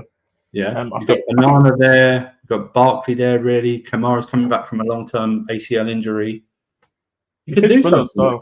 He fits Villa style as well, and I think it's not that far away from London. It's like a 90-minute, 2-hour drive. Wasn't the bit also because I saw the report saying that it would have been Villa's highest record in terms of spend. They offered 60 million. That's the rumor. They offered 60 million. And no matter if they spend 60 million, surely you go to start as well. Exactly. So I just if he turns down Atletico Madrid, he's the biggest. I don't care about it. Oh, you can walk away free and get a signing on bonus. Yeah. Signing on bonus for Conor Gallagher. Piss off. He's not gonna. It's not above. It's not above. He's a player that doesn't deserve a signing on bonus. He should be paying clubs to sign him. That's what Conor Gallagher should be doing. He should be paying them a signing on bonus. Do you know what I mean? He's that type of player, honestly. I would no. Listen, if he'd signed it, that's fine. But to me, if he signed it, I think that's just us securing him so we can sell him for even more. Yeah. What's your thoughts on Gallagher actually rejecting the 2 contract offers? I'm not mad he rejected it. That's a player's prerogative. I will never have an option. It's a player's prerogative to do so. It's their thing. It's like, oh, I can't believe you turned it down. It's like, it's not US sport. We can't force him to go if he doesn't want to go. We can't exchange a contract with someone and send him from New York to Seattle in one afternoon. Do you know what I mean? Like they do in the States sometimes. You know, we can't do. I wish we could, but we can't do that. Do you know what I mean? So it's his choice. He can run down. I mean, those people that pay for the banner look pretty stupid right now. Do you know what I mean? You know, like that. You know, good spending on that. We didn't do one for Kante, but you know, we'll do one for Conor Gallagher. But you know, it's all good. Proper Chelsea and all that, and he knows the club, knee slides and kiss the badge, and all that shit right there. No, but my thing was this: even if the years on that, I read that the wages were comparable with the midfielders or highest earning players there, 150k plus. I think that's too much for him. I don't think he's worth that. 120 maybe, something like that. But just go to Madrid. I mean, broaden your horizons. Do you know what I mean? Go be a good player. I can't believe Simeone. He is a dream for Simeone. Simeone's a dream for him as a coach. I think Simeone is a question for him too. Just run. That's all he's going to ever do is say to you, just run and tackle. Although I do think if he goes to the league, he'll get sent off a lot because he fouls quite a lot. He does foul quite a lot. He might get the most red cards for any English player overseas in the history of football. But just go. I just like I said earlier, it's like the way Maresca talks about football. If you actually listen to him, Gallagher's just not his player. We already saw a brief cameo from KDH last night. Gallagher can't do those passes. Do you know what I mean? He just simply cannot do those passes. I'm sorry, he just doesn't have the brain to do those passes. There was a chance that KDH did in the first half. It was just lovely little through ball, and I think it was Mark Gee who just didn't hit the ball hard enough. Gallagher can't do that. I've seen him do it once, twice, but he doesn't have the brain to consistently do it. Do you know what I mean? He would see it, but he wouldn't react to it that quick. You know what I mean, and like Lavia's there. Hopefully, Lavia stays fit. Caicedo's to come back. Number 8's staying. Stuff like that. So he's at the moment. And that's the craziest part about this is like, why would you reject Atletico Madrid? I don't know. I think he did. So technically he didn't, but it's just crazy. Okay, the fact there's been a delay. I don't know what the delay is. Exactly. Like Sofa said, like I said, maybe his only motivation is maybe wanting to stay in London and join for Tottenham, but then you're not gonna get better wages here than both teams. And you're not gonna. I don't think Tottenham will offer 40 million euros. Exactly. On English tax, because Chelsea wants to sell abroad, so there's gonna be more. Yeah. So this is what I'm saying. I think he still ends up there, or he stays at Chelsea and he runs out on his contract. These are the two scenarios. I don't see him going to any other club personally. Crazy. Yeah, I don't get it. I think it's nuts. I don't get it too. Like generally speaking, I don't get it too. Like I think it's absolutely nuts. And big up to Solomon. I know Surfer mentioned this, but he said, yeah, imagine he accepted the 3-year deal at 150k plus per week. The meltdown we would have had. Yeah, it's going to be crazy. I'm sure we would have. Some people would have a meltdown, but it'd be like, I still don't think Maresca would use him. I think he'd just be securing us that we've been trying to. I don't know what Gallagher. I think Gallagher must know. We've been trying to sell this guy since January 2023. Yeah, it's not come up during like last summer or even in January. They accepted bids. They accepted a 40 million or 45 million pound bid from Everton in January 2023. They were in contact with Spurs last year, and I think Spurs offered 40 and we wanted 45 or something like that. Yeah. Newcastle inquired, but no, he said he wanted to go to the rumor was coming out that he wanted a top 6 team, and he wanted Champions League football. Okay, Villa were there. I need to go to Villa there right now. Let's go there. And bear in mind, we don't know his answer to Atletico, but Villa's there. It's closer. If you're worried about going abroad, Villa's closer. It's Birmingham, for Christ's sake. It's not like Timbuktu. Midlands, it's Midlands. You know what I mean? You can get driven there like in Bida an hour and a half every day. Most people actually don't. Most people actually travel up to 90. Normal people travel up to 90 minutes a day for their work. Do you know what I mean? So it's like it's not going to be. Nottingham is in the Midlands, right? Yes. Because I know because Brennan came from there and he travels sometimes to there over his free time there. If you are in the Midlands, getting around in the UK in England is fine. Everywhere's close. That's called the Midlands. Yes. Shout out to Neil that you lot see on Shameless. He talks about that. Like when he's traveling up and down the country to go games, everywhere's close. Yeah, because he's in Leicester. Literally. We're not talking about going from like the Newcastle fans having to go to Southampton for a lunchtime kickoff and getting on a coach at 3 a.m. to make it. Do you know what I mean? It's not like that. We're talking about, hey, Chelsea playing Villa in 5:30. It's 3 o'clock. Yeah, we've got playing. We can wait half an hour. We can still get there in time. Do you know what I mean? It's like that. Whether you are driving or whether it's train, it's exactly. 2 hours max. If you're 2 hours max, 2 hours max. You can literally move around. So, like Jez mentioned, whether it's Nottingham, whether it's Birmingham, like it's Leicester, I mentioned, whether it's Wolverhampton, wherever, you're comfy. So, him not moving to be is crazy. Well, him delaying it is crazy. I want to know who you're waiting on. Who are you waiting on? Who's coming in? I don't know his. I also don't know his domestic setup. I don't know if he's got kids. I don't think he has. or is he in a long-term relationship? That always has to come into factors as well. I only saw that because people were putting it on the timeline. You know how Twitter is like these days. I think he has a girlfriend, but that's it pretty much. Right, okay, so but even then, like most girlfriends go with the player team.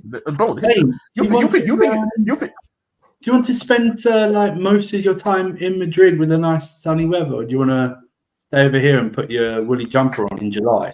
bro, Experience, you know what I mean? do you Do you want a pool? Do you want a pool where I don't know? Do you want the sun? Do you want the sun in December? Let's say, or yeah, exactly. Do you want to? Hey, have you ever seen the sun shine on Christmas Day? Oh, we can do that. Do you know what I mean?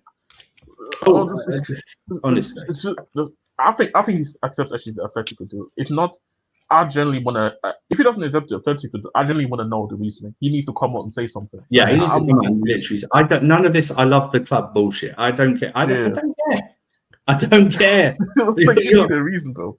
Sorry, if I was down to my last year of my contract, my club didn't offer me what I wanted, and Atletico Madrid came in for me. I'm not waiting a year so I can possibly go there. I'm going now. Yeah, the thing is, did you not offer him a deal to be one of the best paid players at the club? Yeah, comparable with the most paid players. Yeah, comparable. So it's at least 150k or above. It's a huge leap from what he's currently on. It's not 100k. No, you know what it is? It's not the Madrid he wants, man. He wants Real. That's what it is, man. He's waiting up Real. Clearly, it's Real Madrid on Monday. No, you're wrong. It's not Atletico Madrid. He wants Athletic Bilbao. That's what he wants right there. He wants Bilbao. even though they can't, even though you can't sign for them because he's not in the Basque area. Exactly. Yeah, he's a one of Basque. Hey, maybe we don't know, but maybe he has like roots from the Basque area. Where maybe his missus is Basque. So I don't know. I don't know. This is the weirdest. This is probably one of the weirdest transfer sagas, probably. It is. Not even. It's like I don't know what more. It's also not. It's not nice, you know. But he's been there his whole life, you know. Obviously, he loves the club and all that rubbish. But it's like I don't. The ownership don't want you, right? The new managers come in. You don't fit his style of play, right? So what is the point of wasting your time for a year when Atletico Madrid, they might not be there in terms of offer in a year's time? You think they're going to wait a whole year for... Sorry, I'm surprised we can go for Conor Gallagher in the first place, let's be honest, right? But you think they're going to wait 365 days or even 6 months' time to sign you on a free contract? When they look at the state of Barcelona right now, there's a real opportunity for them to be in a title race with Real. Bear in mind that Simeone is requesting for him to come. Yes, Simeone. He is your dream coach. He would literally say, "Just run." Bro, that dude makes him world class, high key. Bro, in Atletico Madrid's Hall of Fame, there are multiple bleep test machines in there instead of players. You know what I mean? I was just saying, Atletico Madrid, they said they have goals and assists and tackles won as a major stat. You know what I mean? That's what they have. Do you know what I mean? You know what I mean? That's what they have. Fabrizio did say like we will probably know the answers by this weekend. I will if we reject them. I need him to do a LeBron James type of interview. Come out on the show. I was thinking that. I was thinking earlier today. It's like, what if Conor Gallagher produced the decision? Let him sit down. Let him sit down like LeBron James style in like the middle of Cobham. Let him sit down in the middle of Cobham, like all like grads surrounding him and stuff like that. Decision. I'm going to stay. Well, that's great, but you ain't getting it. You've rejected contracts. So what's the point? You know, it's like. My god, this is fucking absolute nuts. And don't worry, man, we'll get to the other Chelsea questions in regards to Oshman, but we'll switch to Spurs. Exclusive dish dropped literally as I was on back again. Tottenham explore move for Dominic Solanke. He's on targets for Spurs. Difficult deal as he's a key player for Bournemouth. No formal bid to Bournemouth so far. Spurs exploring options to bring in a new striker and potentially a new winger based on opportunities. That's also from Fabrizio Romano. I can say something before Jet goes. Yeah, of course. Go on. This is the Wilfried Zaha problem. Okay, remember when he went back to Palace? Palace always wanted 75, 80 million because United had a 25% sell-on thing. Liverpool have a 20% sell-on clause. I heard he had a release clause though. That's what I think. Troop said. But you still have to give 20% to Liverpool. So if it's 65, you'd end up having to give Liverpool 13 million. 13 million. And they were and Spurs don't want to pay 65, they want to pay like 40. So of course people don't want to sell him for 40 when they can get like more. So you saying thoughts on the deal, Dominic Solanke potential deal, I should say. Well, how dare we be trying to look for a striker that's better than Richarlison? How dare we? How dare you? How dare? Let's say R9, bro. R9. But jokes aside, the only part is here.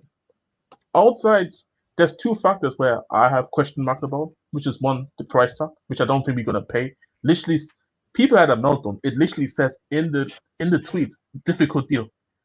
Reading skills, people. And when was the last time Spurs did a difficult deal? Bro, reading skills, bro.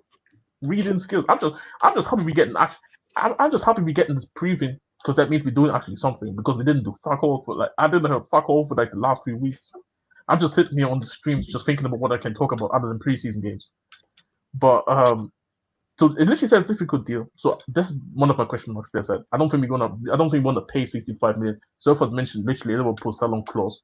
So even if you want to renegotiate it to the point where we don't pay the release clause, but we have to then do it over multiple seasons, Liverpool still has the sell-on clause. So it just will be a difficult deal with the season. Obviously, the window's still going to be open as the season goes on. But it's going to be difficult just to negotiate that. So I think it's going to be too late. And the second question mark that I have about Solanke it's just that because he only did it for one season. Because the ironic part is, as a player, I don't actually mind Solanke. As a player, I actually don't. Because one thing I had Bournemouth overachieving last season because I think I rate Areola as a manager and the player that they bought. And I think Solanke being there as the main number 9 was a big part of him last season. And I look at Solanke and say, remember when we bought Richarlison and how I was totally against it? Because I don't know what Richarlison does outside pressing. With Solanke, I can at least say he has attributes about his game where I can say, in a better side, with a better manager, I want to see what Ange could do. That's why I say this is the two question marks. The price tag and the fact that it's only been one season. But also that I wouldn't mind Solanke. If Solanke was 20 million less, I'd take Solanke. The conversation wouldn't even be like, there wouldn't even be a meltdown, I would say, if he was 40 million. Obviously, if you ask me who I would prefer between him and Tony, I'd take Tony 100%. But I think he's actually one of the options because even in the tweet it says he's one of the options that we consider. So I want to know who the other options are. And I think Tony is one of them maybe. But maybe he's higher than Tony on the list because Tony maybe wants more money. I don't know because I don't know why nobody looking at Tony to begin with. So there must be something going on maybe with the agent, so. And even now, the striker that was supposed to replace him tore his meniscus, so he's going to be out to the end of this year. So even Brentford just selling Tony now, it's going to be difficult. Shit, yeah, he did get injured there. The striker decided to protect the replacement. So even now, it's going to be even more difficult to get Tony. So this is my thoughts about Solanke. I think he's a good player and could help, and he's definitely miles better than Richarlison. My lord.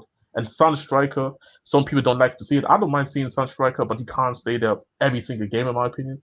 So Solanke would just bring a different profile, which I think would suit the team. And you asked me earlier about how I think big up Becky. Big up Becky. How if Solanke could help, maybe because the question was earlier, who's going to be the best, who has the most impact next season for each team? And you said obviously Maino, and you was asking about if Solanke maybe could do that. Not that Solanke, I don't think Solanke would be that, but I think he could help it. I think he could help the forward line being better, Son and whoever plays in the right wing.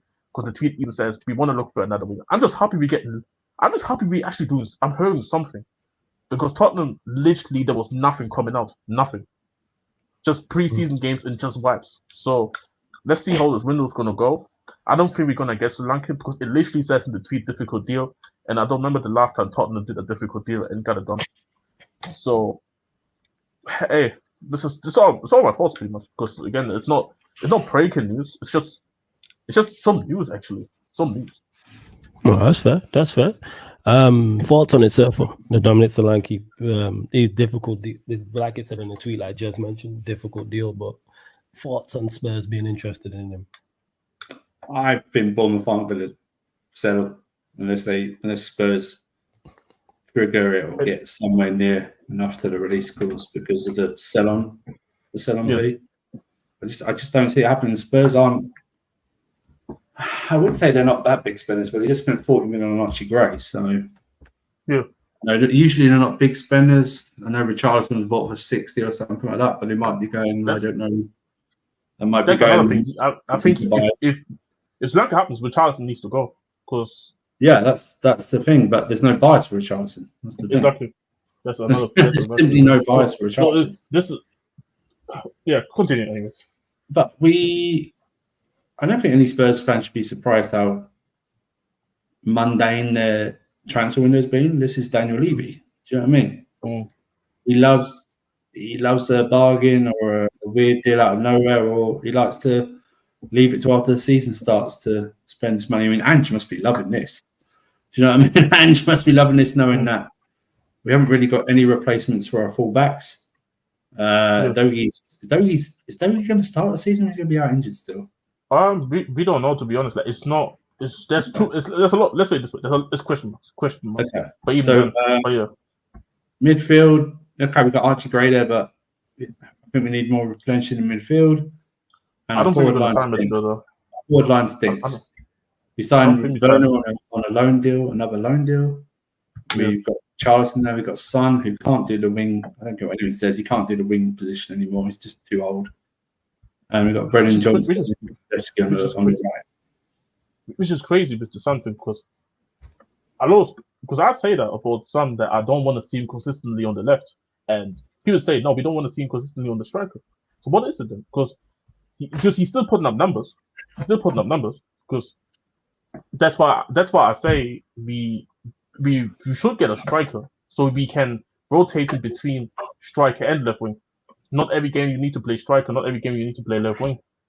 But I mean, you're right, T. I think the only thing what you said there with this the Levy thing is that I think the only reason why we surprised is because just one signing. Like usually usually you will help. Last season was quite. Yeah, you would like in the last few seasons we would actually go and get signings. Even if we don't rate the signings, we would get signings done. And there's no financial fair play, there's no PRS, or PSR. Exactly. So usually we have players in the last seasons, even under Jose, even if we didn't rate the players, players would come in. You probably know you're in it because you're in the Spurs community, but I'm not. I follow a lot of Spurs guys. I'm not even seeing that much anger. Do you know what I mean? It's like everyone's gone. We knew this was going to happen, and they're just sick of it. But they're like, they can't do anything about it. Do you know what I mean? It's like we're just stuck. But from my perspective, if you ask from my perspective, I haven't really been angry because it's like, why should I get angry about things that I can't control in the first place? Right. Like I can be annoyed and shit like that. But there's been actually a lot of Spurs fans who I see, like literally one of my Spurs future stuff, and every day they ask, "Yo, how have we not made a signing? How have we not made a signing?" I'm like, I think we're gonna sign players. I don't know when, and it's mixed emotion. Like I'm kind of like in the boat where I just don't give a fuck. I just go like, fuck it. If this is what's gonna be like this season, it's gonna be like this season. Like I'm not gonna go down to North London to start protesting, bro.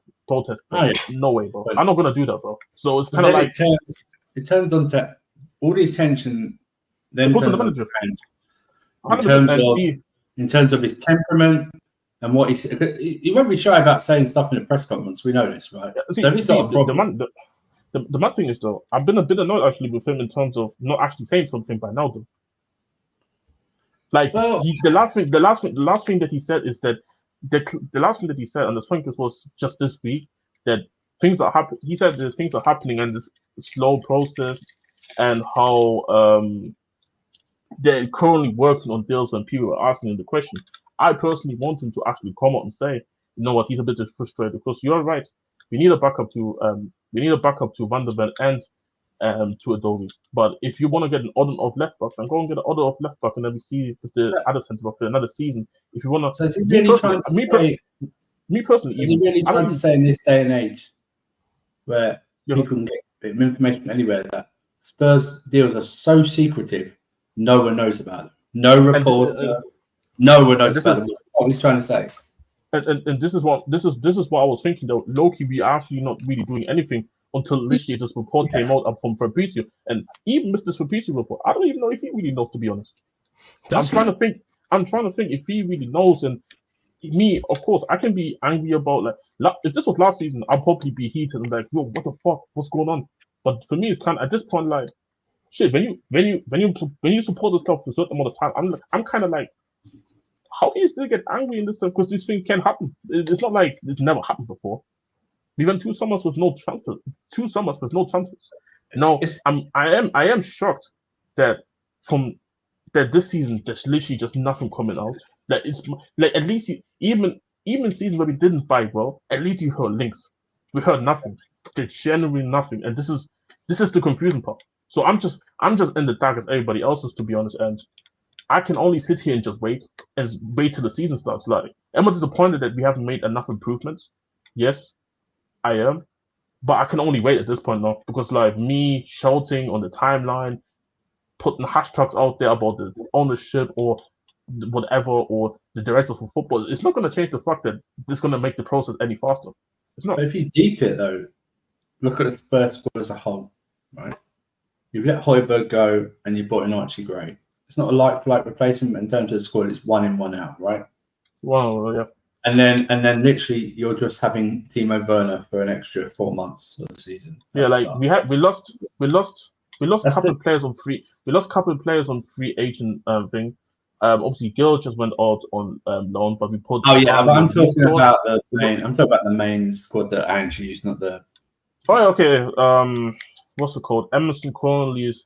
We still negotiate. So he's probably going to go, but then we don't know the Just Spence situation. We don't know if Ange is actually happy with him now, or if he still wants him to leave. So we might need to back up right back. Like I said, there's too many question marks. Because there's still names calling. Extra games this season. Yeah, exactly. And even when it comes to links, we heard names out. Earlier, it was reported that Reguilon's been refusing offers because he wants to play in Europe. So we can't. So he doesn't want to leave. His ass doesn't want to leave because he wants to play in Europe. Man United, you need a left back. Come on, take him back. I don't care. But you know what's crazy? I would take Reguilon back. Easy deal right there, bro. So it's just hard for me to really. Hey, we're trying to sell him all left. Leave him alone. Try to sell him all left. Hey, we did enough of selling your fucking trash, man. Let me have some. These man could sell Gallagher, Mount, and Havertz for like 160 M's combined or some bullshit like that. This is great. Fucking outrageous. Come on, Jez, last point on it. Go on. Yeah, so all I can say is at this point,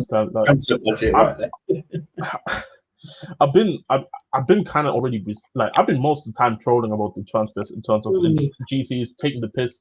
But if I'm being honest, I'll probably just wait till the end of the window and see, so I can really and truly evaluate. That's why I don't have any current expectations for our season because I don't know if the team is gonna change. Like, let's say Solanke, let's say a meaningful striker comes in and a meaningful ringer comes in, it changes the perspective all of a sudden. If you get a backup for Dogi, it changes the perspective all of a sudden. And I think reporters have been putting out saying that we have deals there for in Stamper because I don't know what is Stamper. I don't know what's Stamper, but I love the terminology nowadays. I love the terminology. Literally, okay. But like on Stamper because like, well, we need the players. No, what you you're holding them, but you're holding them in like some room or something. They're good to go. Stamper. Exactly. So it's kind of like I don't know what that exactly means. Like. It's so quiet that I'm just happy that we heard something, even if it's about Solanke. It's which some Spurs fans don't like. Well, cool. At least you get the South Korean money coming in, which is signing. But, you know, I man, retaining the South Korean market. This is what I was told.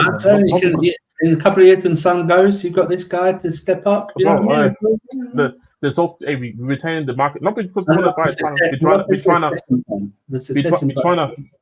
We're trying to retain the market, man. Cool, man.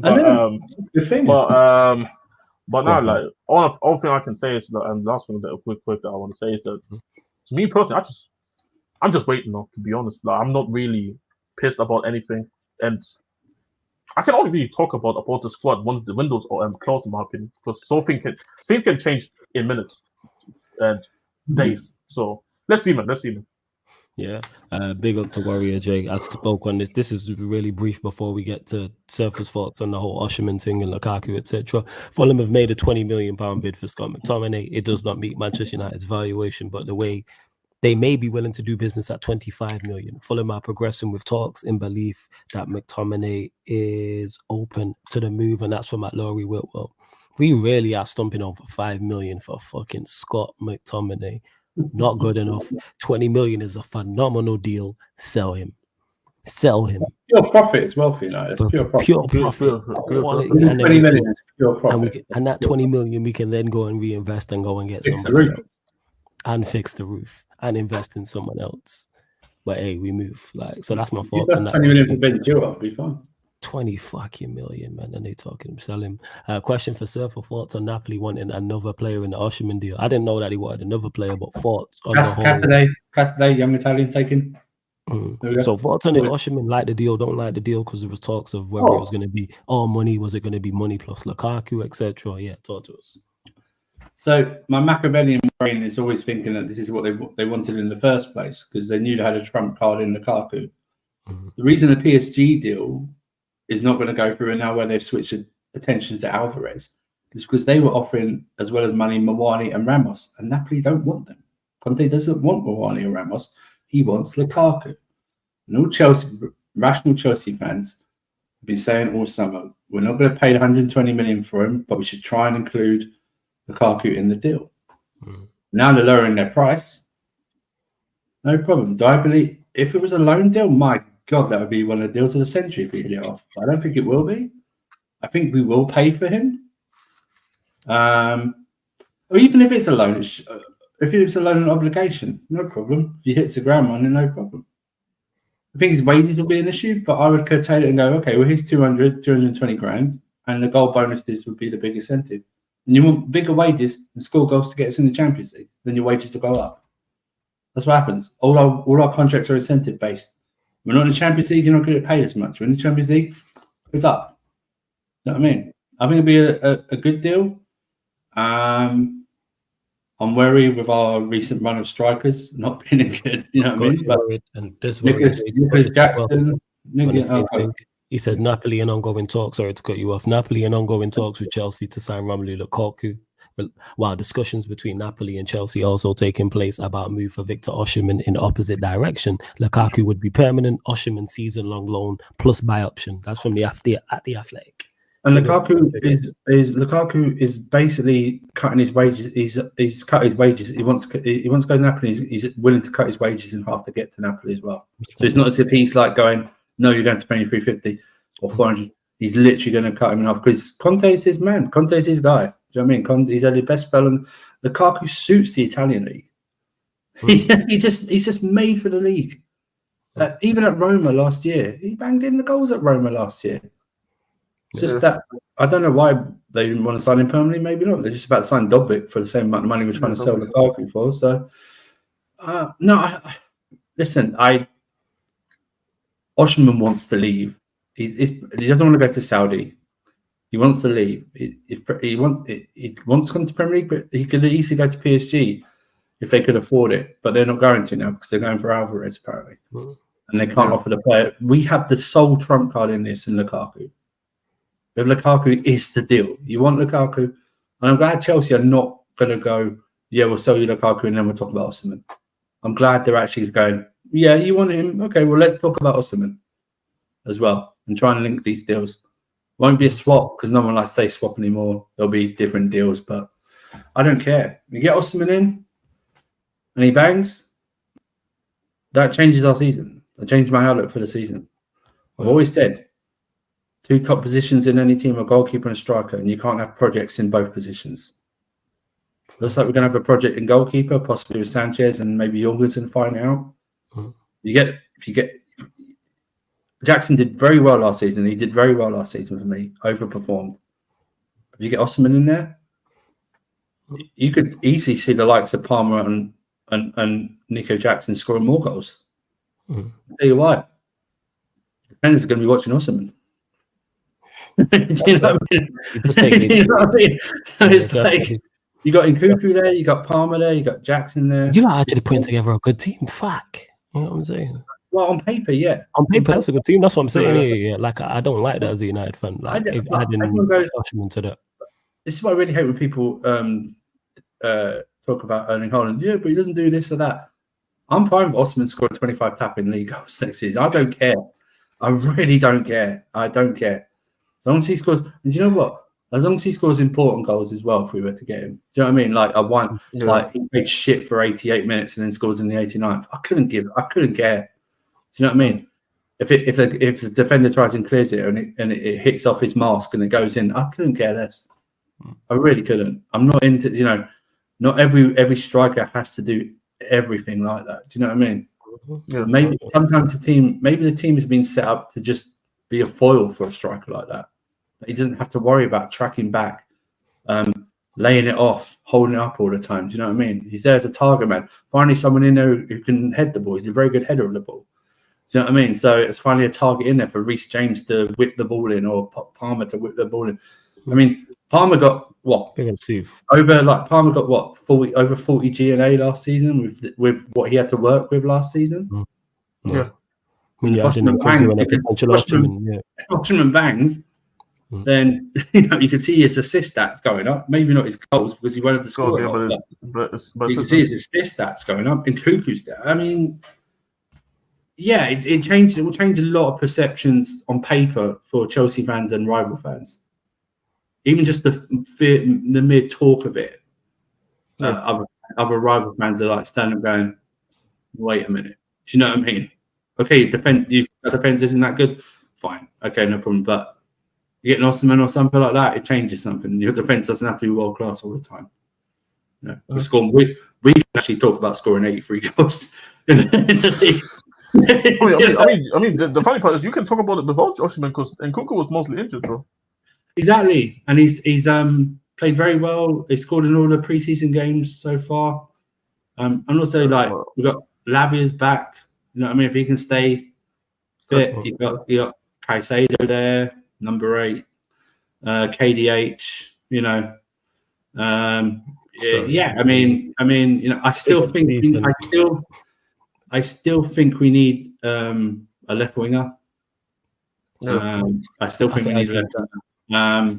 But hey, Palmer, I'm not convinced about. What would it be, Palmer? So let's say you sign Osimhen. So it'd be Osimhen as the 9. Would it be Nkunku? I've had so many different. Right? Yeah, okay. I've had so many different. I mean, preseason. Wait. But Nkunku can play from the left. I'm correct in saying that, right? Yeah, the way if you read what the way he talks about Maresca talks about Nkunku, he seems he can play multiple positions. The way Maresca talks about. Like I know, like from what I know, he's comfortable from striker 10, 8. And like he's more of the right hand. He's kind of more of a right hand. He's a central striker or right winger. So I don't know. Okay, so he could play right. Palmer could play 10, and then Osimhen through the middle. So all you're missing is a left winger. Yeah, and it's like. But even then, they play with like 2 10s, kind of like 2 8s. It's complicated. You could even put Nico Jackson out wide. Yeah, that's true. You know what I mean? And that's what. Listen, would it be like a dead-on winger? It wouldn't be like a Nico Williams style or anything like that. But it would be, it'd be someone there. Do you know what I mean? I don't know. I like the manager seems to be flexible in what he wants to do. He made the changes yesterday. I ultimately feel that you shouldn't play Reece James in the middle because you're taking away one of your best weapons. So that inverted role seems totally suited to Cucurella. I know Gusto did it well last night. Cucurella seems so destined for that inverted role as he did it last season. And yeah, I mean, in midfield, like I said, it would be nice just to have options. I mean, parts of last season, we had a whole bench of NPCs. Do you know what I mean? Really? It's like He was playing like basically the same 11 for like the last 3.5 months of the season because everyone else was injured. And Cuckoo barely played. Lavia didn't play. Cucurella really only came into the last few games of the season, you know. And yeah, I mean, you get Osimhen, it will raise no matter what certain fans think about the ownership and stuff like that, or the hiring of Maresca, it will raise expectations. Yeah. Not stupid expectations. You will definitely see and hear people go, "Oh, Osimhen, league title." Someone will say that. You will see that. You will see that. Someone will say that. I'm not. If we get Osimhen, then I think not getting top 4 next season will be unacceptable. I think that's fair. Do you know what I mean? I think because I think we should. I've always said this to you guys. I think we should steamroll the Conference League. I think we should have. I agree with that. You know what I mean? If we don't win it, then that's an embarrassment. If we don't win it, I don't care. Even if Ajax are in it, I don't care. You know, something like that. We should steamroll that. And yeah, we should just go as we get in the cups. For me, this team needs to win something. You know what I mean? It needs to have the feel of winning something, even as basic as a Conference League. It needs to have something that is a legitimate tournament. Whatever you think about a Conference League, it's a legitimised tournament. It's the UEFA tournament. They need to have the feel of winning something. It was so important for Jose's teams to win something. Do you know what I mean? Even for the Tuchel team that won the Champions League. But at least the players had the familiarity of winning something. It was so important. And this group is now a nucleus of this group that's probably going to go for the next 4 or 5 years. They need to win something. I need to see Cole Palmer lifting something. I need to see Nkunku lift something. I need to see Caicedo lift something. Stuff like that. You know what I mean? What about Chilwell? He's already lifted it up. He'll make me lift a smile if he leaves. That'll just be it. But even Maresca, when he came out like when we got battered by Celtic, he was going, I don't know why the players were pressing so high with high line. I don't want that. People going, why are you playing high line? Manager didn't want a high line. The players are getting used to a new system. Do you know what I mean? But he actually pointed out, Poch would never say something like that. Poch would throw someone under the bus. He would never talk about himself like that. You know, Poch wouldn't do that. Even pre-season last season, he didn't talk about something like that. I'm glad he's coming out and saying it. You know, just listen. We've got City, Real Madrid, and Inter as the pre-season games. Then we've got City to start off. But I hope if there is a chance to get the Osimhen deal in, he gets it before the season starts. The problem with Osimhen is that he's not actually. I don't think he's played any pre-season games. No, he's holding out for a move because he wants to move. He's not match fit to begin with, right? Yeah. So that might be a bit where he doesn't actually start. If we sign him, he doesn't start. Yeah. He won't have had a pre-season. Maybe we can get him in for like the last game into and he gets a few minutes. But I've liked what I've seen on the because I've not watched any of the full. So I've seen the highlights. I've liked what I've seen from Mark Guy. Very enterprising, stuff like that. He's got a good touch.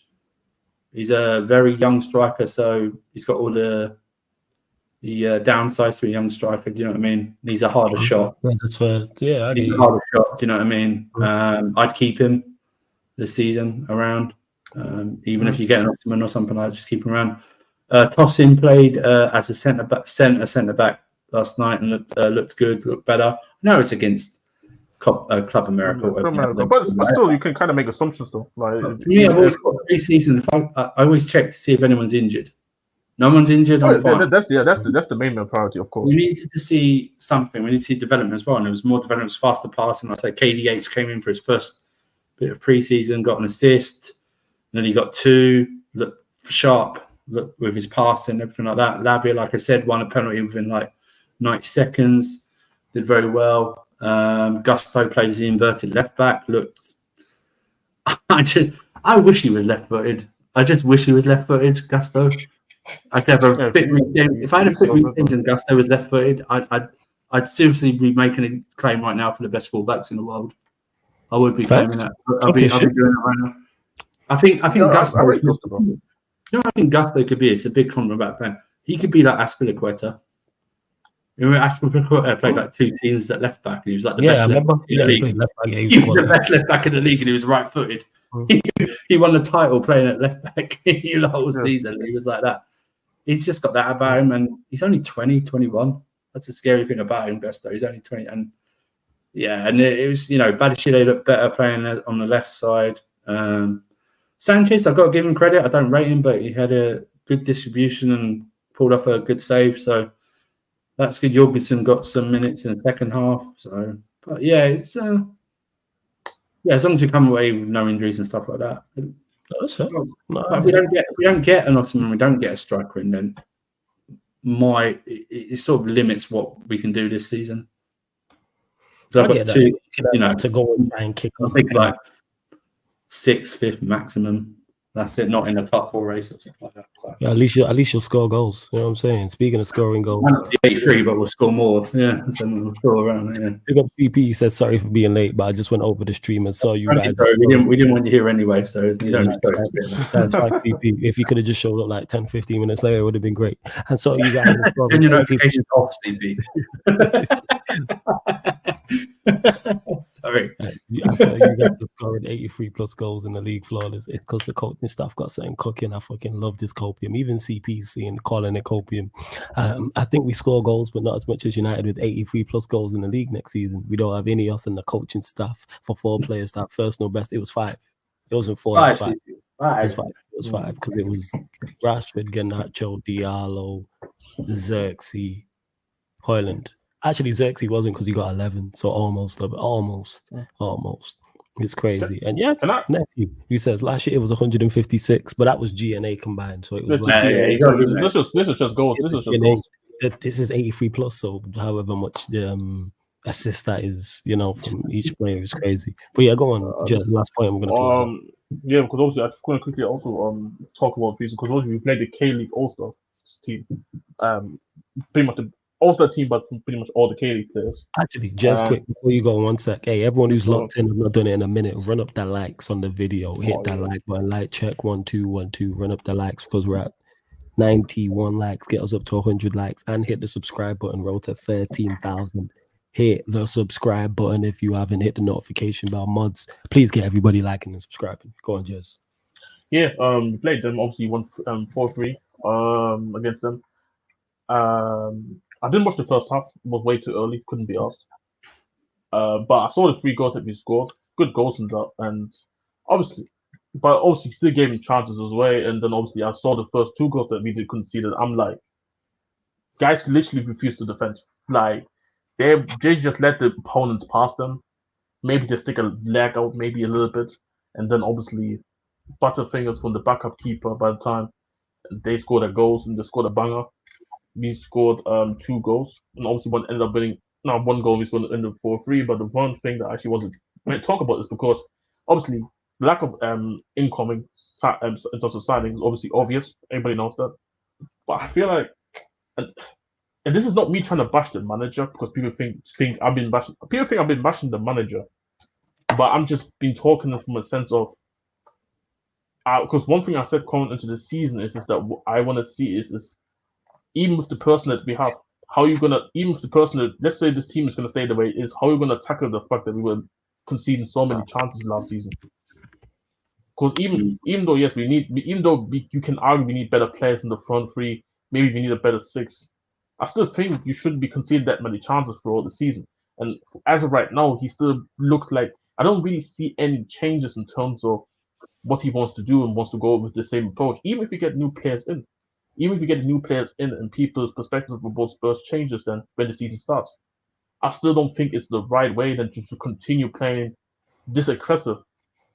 I'm happy that he has the mindset that he wants to do that and doesn't discourage himself from last season the way the second half was. But I'm questioning why nobody really wants to talk about the fact that the income has been awful, but in terms of in terms of just what I'm seeing on the field, everything for me it looks like the same last season. So that means we will score goals. We will score goals even with the attackers that we have, but we will also concede goals because I don't think this is a sustainable way of playing for a whole season. So maybe because Romero, Van der Ven are not back yet, Edogi hasn't played, and only Poe's really the only one in there playing from the normal back 5. And me in the future, I've talked about it, I want to see RJ Gray as a DM in the future. So maybe if I see that, maybe he wants to do some changes. But I don't like how the conversation has been only incoming, but nobody's really talking about how pretty much it looks like we want to still set up the same way like we did last season. Because I don't think getting new attackers is necessarily going to stop us conceding goals. Because what we conceded, I'm just trying to check real quick.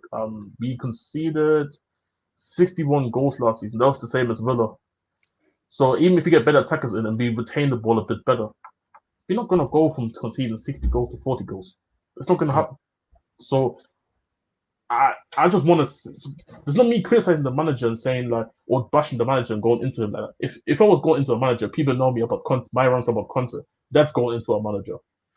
So I just want to put that awareness out there and saying that incoming has not been great, in my opinion, but so hasn't what I've been seeing for the preseason. Because attacking wise, we're doing well attacking wise. Like guys are scoring goals. We for all our preseason games we scoring goals, but it's just for me again the way we let chances happen. I'm not really comfortable with that. It doesn't change. It doesn't matter for me if Romero and Van de Ven and the Dowie come back. It's gonna burn out guys as well on the back line. So it's just something that I wanted to quickly mention. No, that's fair, man. And I feel like against Bayern Munich, because it's going to be the last two preseason matches, one in Korea, one in the Tottenham Stadium. I feel like maybe the conversation is going to be more because Bayern kind of obviously be able to exploit us more in this scenario because they're also just a better team. But hey, it's just something that I wanted to mention as well quickly about our preseason match. Like I don't really care about the results. I don't really care that we won 4-3. We could have lost 4-3, and I don't really care. It's just what I'm seeing on the pitch, just from a tactical standpoint, where question marks. No, and I'm observing, I'm noticing. No, that's fair enough, and you're super honest about that. But hey, big up everyone that's locked in. Hope you lot have enjoyed the show over 2 hours. The United Arsenal show was 3 hours, so you lot are getting of course great content here at Sarcasm City TV, but even longer content because there's so much to discuss in regards to signings, and we're going to continue people all the way in the lead up to the Premier League. And when the Premier League starts, we will be here with all of these shows. So you get the show every Thursday. It was slightly later today because we're back again, but you get the show every Thursday. I'm going to say 11 say again. Because of Monsters, yeah, Troops are hilarious. Yeah. Make sure you check that out as well. But yeah, 11:45 p.m. Pre-season, not even regular season. And then man argued for over an hour about a pre-season game. Oh, it's crazy. It's crazy. But yeah, 11:45 p.m. UK time, people. 11:45 p.m. UK time every Thursday. You get the Manchester United Chelsea Spurs show, Man United podcast, Ballers at the Bridge podcast, Talking at Tottenham Talk podcast. Yes, I'm gonna rate Omar Warrior J. And to be here, I was gonna get back to that, but I was letting Surfer say what he's saying about Chelsea, same with Drez, because he says, for your information, why the team was dysfunctional according to reports, and Ten Hag style wasn't suited to the squad. Solution: buy more players suited to possession-based football. Work on a more evolved and better style. Well, we've not though. You haven't bought them. You bought Xerxes and you bought Euro. And I give you Xerxes and Euro, but even let's add those two, we're still so far away. You haven't bought. What you mean? What you mean though? Xerxes and Euro are top two in their position in the world. What are you talking about? Yes, if Warrior J, I might. You know what? That may. I didn't timestamp it. That might make the best for the performance. Hey, Warrior J, I beg you, if you've timestamped it, send it through to me. I'm gonna put that on. That was it's within the hours, to be honest, so it's gonna be easy. Yeah, it was hilarious when he read that super chat. And I was like, we ain't doing it. He's like, why are you laughing? I'm like, don't do that. But anyways, we're closing out. Love to everyone that's locked in. Shout out to Jess, big up Surfer, large up everyone in the chat, all the debates. So shout out to Be Here, big up all the members, big up all the mods, big up all the regulars, all the new people, big up JJ Ash for the super chat, appreciate it. Big up Charlie for the super chat, appreciate it. Big up AJ and for the super chats as well. Big up to Solomon, he's been a member for 9 months. Big up Surfers, Black Panther Mask as well. Large up everyone that has indeed locked in. Yeah, he did a speed run on that super chat. Hey, be here 4:30 p.m. UK time. Make sure you are here. Be here 4:30 p.m. UK time Monday, so we can have this discussion. But anyway, we're gonna close out.